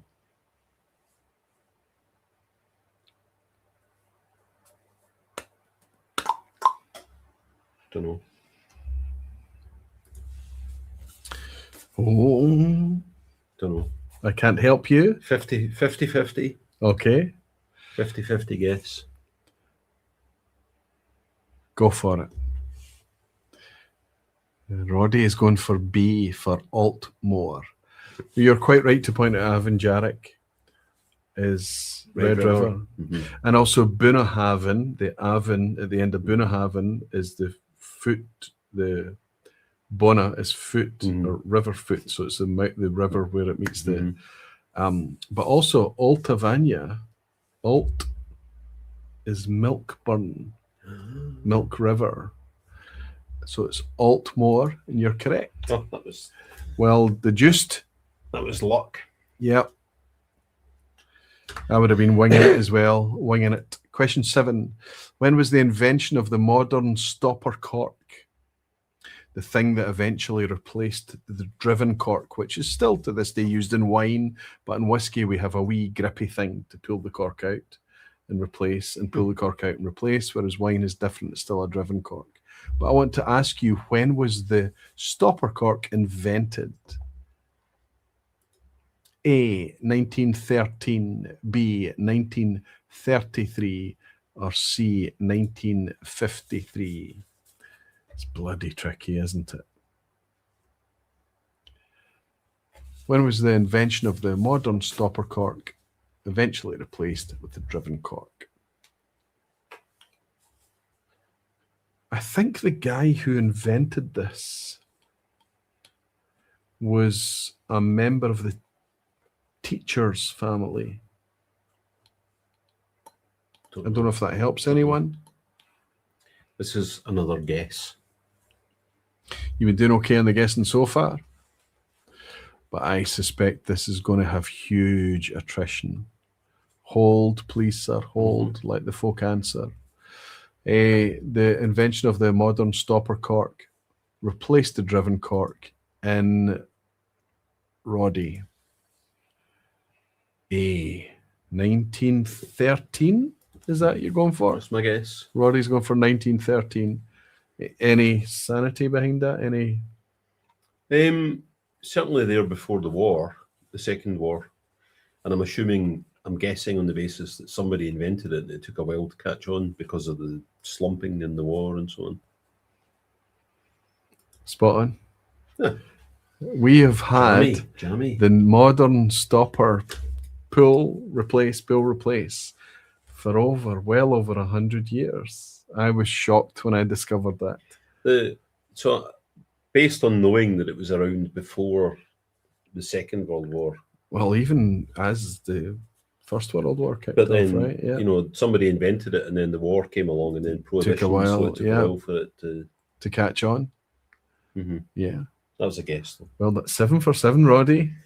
Yes. Purple patch continues. Well done, well done, well done. It's like I was good at blind tasting or something. Yeah. Yeah. Can you get me an edible hat? I'm going to get you a wool hat. 8. Which of these distilleries intended to be bottled? And I'm going to get you a Viking helmet. That's what I'm going to get you. You know, the chocolate Viking helmet. Yeah. Which of these distilleries intended to be bottled entirely as a single malt? This is a new, recently discovered factoid for me as well. A, Auchentoshan, B, Laphroaig, or C, Glenkinchie. Which of those distilleries is intended to be bottled entirely as a single malt? What we mean by that is that in many of the distilleries, especially the larger legacy distilleries in the Scotch whisky landscape, a proportion of it is going to be destined for single malt. Mm-hmm. But the vast majority of it is going to be reserved for blending stock. However, we've got 3 pretty large concerns from Beam Suntory here. And one of them, I was surprised to find out very little of it makes its way towards blending stock whatsoever. A, Auchentoshan, B, Laphroaig, or C, Glenkinchie. Huge attrition on the quiz tonight. I might be hated. Mm-hmm. I might get some hate tonight for this thing. Roddy's going to make his guess, but Steve Atkins is on a 7 for 7. I'm keeping my eyes on the scores tonight, Steve. Daisy is on a 7 for 7. Well done, Daisy. She's keeping it together. Roddy is also on a 7 for 7. Okay, Roddy, what do we think? Auchentoshan, Laphroaig, or Glenkinchie? So I'm basing this purely on the things that have been going on in the last couple of years at this distillery. I think it's Glenkinchie. Oh, because direct fired wash tills, peating floors, malting floors. Sorry, malting floors. Yes, these are all going back to peated malt. Yeah. These are all the kind of things you would do where efficiency is less important. Unbelievably, it's to sate the global demand for Auchi. No way. Auchentoshan. Wowzers. Yeah. Auchentoshan was once upon a time in the top 10 best single malts globally, and it's still held dearly by many. Jings. There we are. Yeah. According to Charlie McLean's Wikipedia, the 2022, the most recent update to Wikipedia, or Whiskipedia, sorry. Whiskipedia. Fascinating wee fact. I had no idea. But I get your sanity on the whole Glenkinchie thing. Moving back to old school Glenkinchie. Yep. So less efficient, but you can charge more because that's interesting. Yeah. Or potentially it's going to be more of a flavour component in the blends as well. Than you. Right enough. Yeah.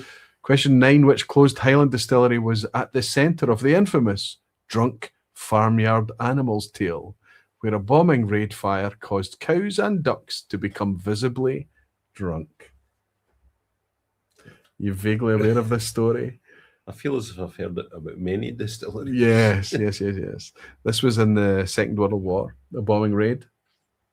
A lone pilot picked out the distillery because it was all he could see, and he bombed. He just dropped everything on it. A fire broke out. Exploding casks were part of the story, all of that type of thing. And for the days following, there were dead wildfowl everywhere because they were consuming the fallout from it. But it was said that the dairy cows were so drunk they couldn't stand to be milked. Oh, dear. Are we talking about A, Imperial, B, Banff, or C, Melbourne? Pause to read the question that might help you at least a wee bit. Nah, Beam Distilleries were always in blends aquavitae. Says Ben. Aquavitae, the champagne cork, which is not driven cork, but early in the modern whiskey cork we know as post-war. Oh, I wonder when the champagne cork. That's a pressure thing, right? It has to be caged as well, I suppose, a wire twist around it. The muzzle. Ben is super knowledgeable. He's like an A student over the last couple of years. Quite incredible. I think his bedtime reading is booze related. But can he spot a Glenkinchie? I think he's got a better chance of doing better than we did tonight, if we're honest. Does Ben know his Laphroaigs from his Glenkinchies? I mean, come on. Okay, what are we going for here? Which closed Highland distillery was at the centre of the infamous drunk farmyard animals tale? A, Imperial, B, Banff, or C, Melbourne? Roddy, what are we saying? Penultimate question. Before they ask that at the end, you've only slipped up once. Cruising for a 9 out of 10 if you can hold it together. What are we doing? So, how is Imperial not Speyside? Thank you. I am helping you. I did say if you read the question, it would help. So Imperial is a Speyside distillery, not Highland, so it's 50-50. Right. I don't think Inverness was ever bombed during the war. So by process of elimination, you're choosing Banff. Roddy's going for Banff, and I can tell you that he's absolutely spot on. The deed ducks, the drunk ducks, and the drunk coos were apparently part of the Banff infamous drunk farmyards yarn. Okay, that was deduction. It was deduction. And but that's some people see these questions and go, that's horrible, that's terrible. But just pause, think for a minute. Okay, Imperial, it has to be Imperial and Speyside, so then it's and Melbourne, if they're going to take out Melbourne, they're going to take out Glenvoar, right? They're going to take out Glenalbin. It's all very compact together in Inverness. And Banff on the coast, a little bit more likely to be bombed. Well, apparently it was. Yeah. You don't know how much of this, but the fact is, it's we know the stories of the whiskey drinking cows, and that's true. Yeah. We're not talking about the ones the cows that drink the draff and things like that, because there's no booze. The happiest cows in Scotland drinking. Well, they might be happy, but they're not drunk because there's no alcohol in the draff, right? Anyway, question 10. There are 6 distilleries beginning with Ard. Okay, but how many Ard distilleries exist in total? That means Ard, A-R-D, in the name. How many distilleries have Ard in the name? Okay. Ardbeg, Ardmore, Ardnamurchan, Ardnahoe. That's 4. I'm struggling now. Did I say Ardmore? Ardnamurchan. Ardnamurchan. There we go. That's 6. Okay, we've got 6 Ard distilleries. That's distilleries that begin with capital A-R-D. But how many Ard distilleries are there in total? Is it around the same as the number of A, years of operation for Lochlea distillery? Is it around the same as the number of B, distilleries beginning with L? Or is it around the same as the number of Lowland distilleries operational today? Right, I'm happy with 8 out of 10. Yeah. But you've still got a chance of 9. Yes, it's a 1 in 3. Horrible. Let's see who's on a 9. Jeez. Graham Fraser is still on a 9 out of 9. Amazing. How's Daisy doing? How's Steve Atkiss? Was it Steve Atkiss was the other one on a 9?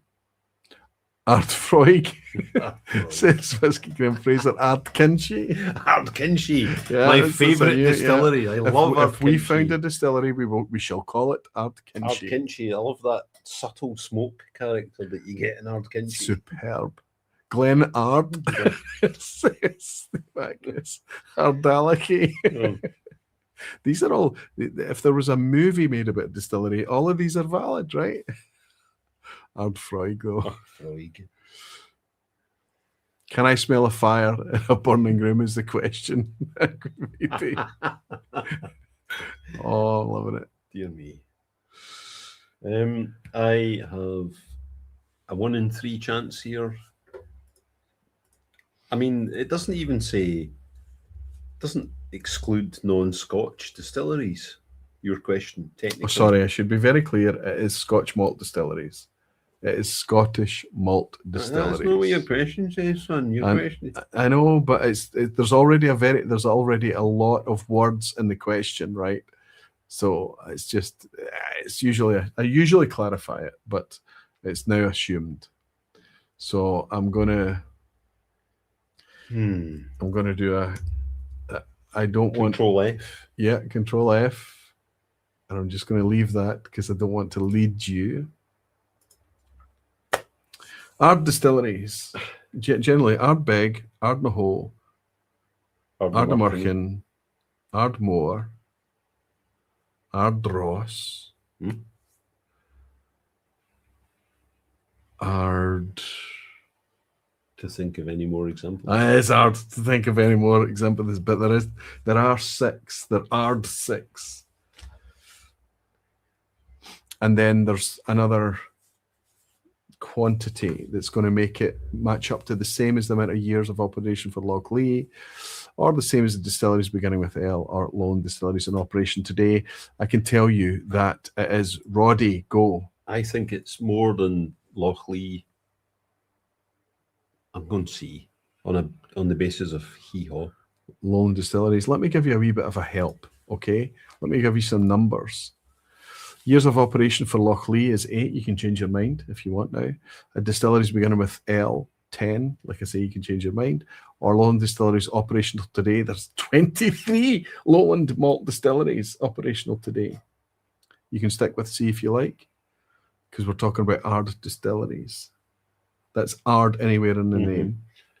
Yeah, let's stick with C. I like 8 as a number. I don't like 9. Okay, we go to the list of whiskey distilleries, and we do Ard. We have Ardmore, Ardnamurchan, Ardross, Ardbeg, Ardnahoe, Ardgowan, which was already up tonight, but we also have Tullibardine and Cardew. So we have 8, which is the same as the number of years of operation for Lochlea Distillery. Horrible question. The definition of an asshat. Roddy ends the evening on an 8 out of 10. Which is the best number. But this is the best number. And you don't care because you got 100% better than the Thompson Brothers on the blind tasting tonight, which is the only, with all the things about eating hats and Glenkinchies and Laphroaigs and is there smoke on this, it's all gone because at the end of the day, we did a wee bit better than the brothers. Thompson, have you got anything left in any of the glasses? There you go, it's plenty. Well done. 8 out of 10, a miraculous, fantastic score. How are we doing in the chat? There's somebody got a 10 out of 10 tonight. That's amazing. B and C are too high. Well done, Ben. You're absolutely A is the closest, but wrong. Oh, he's always right. When he calls me out, he's always right, and that means everybody gets it. Because you could end up with a 9 after all. Oh, jings. A bit of trivia. The wire cage on the corks is called a giraffe, says Bruce Bernard. Thank you, Bruce. That's interesting. A graph. And a graph. Oh, sorry, I said a giraffe. A graph. Not to be excessively pedantic, but the agraph is what holds the closure on when the champagne's maturing. The wire cage is a muesli. Oh. Like the agraph is the clip. So champagne's one of my other. We know. So let's see now. We can do a picture here. Please don't draw Bobby. No. So what's that? It's a Bobby. I knew you were going to draw a Bobby. Explain.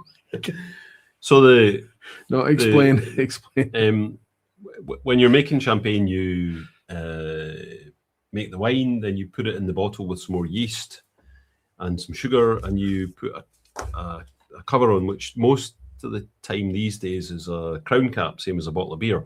If you're using a cork, you clip that in place with an agraff, which is that kind of shape. So it's basically a kind of U shape with little hooks that go over the lip of the bottle. I get that. Yep. Then after the second fermentation in the bottle is finished, which has captured the bubbles, you disgorge the yeast from the bottle. So you remove that cork.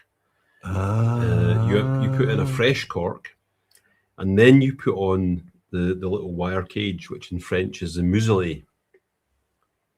So the agraff, it's not quite the finished product, but that's me being excessively pedantic.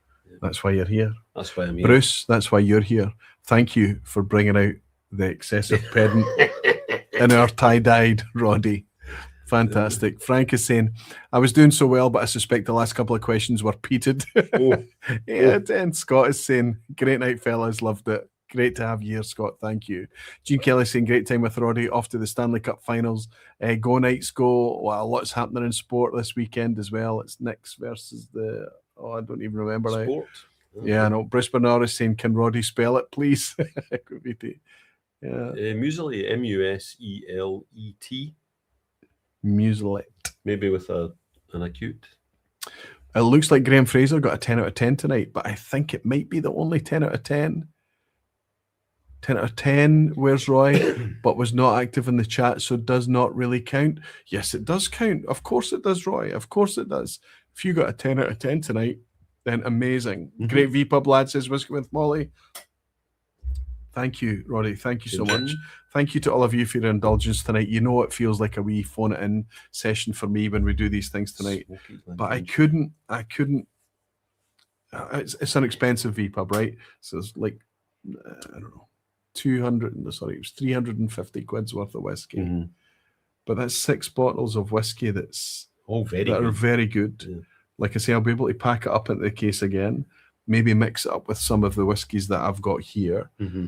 I've got another 2 to open there, and then it can be a mix of anything, and then everyone can play the Laphroaig versus Glenkinchie game, right?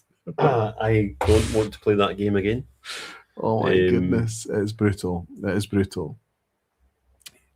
I picked that one up. I picked up all the chat so far. Listen, thanks to everyone for your support, for your indulgence, for all of it. For those of you that are aware, there was a postponed vPub lock-in on a Sunday from May that I'm hoping to be able to bring to you on Sunday night. It's locked in. The lock-in is locked in. The only fly in the ointment is depending on what happens with the football, which is played in the middle of the night on Saturday night. It's also my son's birthday this weekend and things like that. But it shouldn't affect us getting together for a wee bit of downtime on Sunday night and just catching up for a wee quiet Guardians and patrons only vPub lock-in on Sunday night. Until then, I'm going to say thank you to all of you for your indulgence this evening. Thank you for understanding our flawed. We started so well. It's so frustrating. We started so well, but the wheels did wobble. I'm reminded of that GIF, the Formula One car as it's bleaching down the straight and all the wheels just fly off. You know the one I'm talking about. Daisy is saying, thank you, Roy Roddy, for tonight's top-notch entertainment. My cheeks are hurting. Good night, everyone. See you Sunday. Thank you, Daisy. Thank you for enjoying or finding some fun in us. Always happy to be educated. Thanks, Roddy, as we are too. Because that's exactly what happened tonight. Listen, it was great fun. Well done to the Thompson Brothers. It's just a great concept. Yes, great value whiskey as well. I hope they are making money out of it because I would like it to continue. Maybe it needs to go to an annual release though, or something. Not too much of it, right? Once every year it could be a big event. I think it's Maybe every 4 years, like the World Cup. The mystery. It's the mystery malts. And then people have time to forget how bad we are at it. You know. Yeah, but you won tonight. That's the most important thing. Cheers, fella. Well done. Cheers, Roy. Thank you all. I'll see you back next week. In the interim, if you're a Guardian or supporter, I'll see you on Sunday night. And until then, I'll remind you all that you're very dearly loved. Thank you, and Slanchiva. Cheers. Slancha.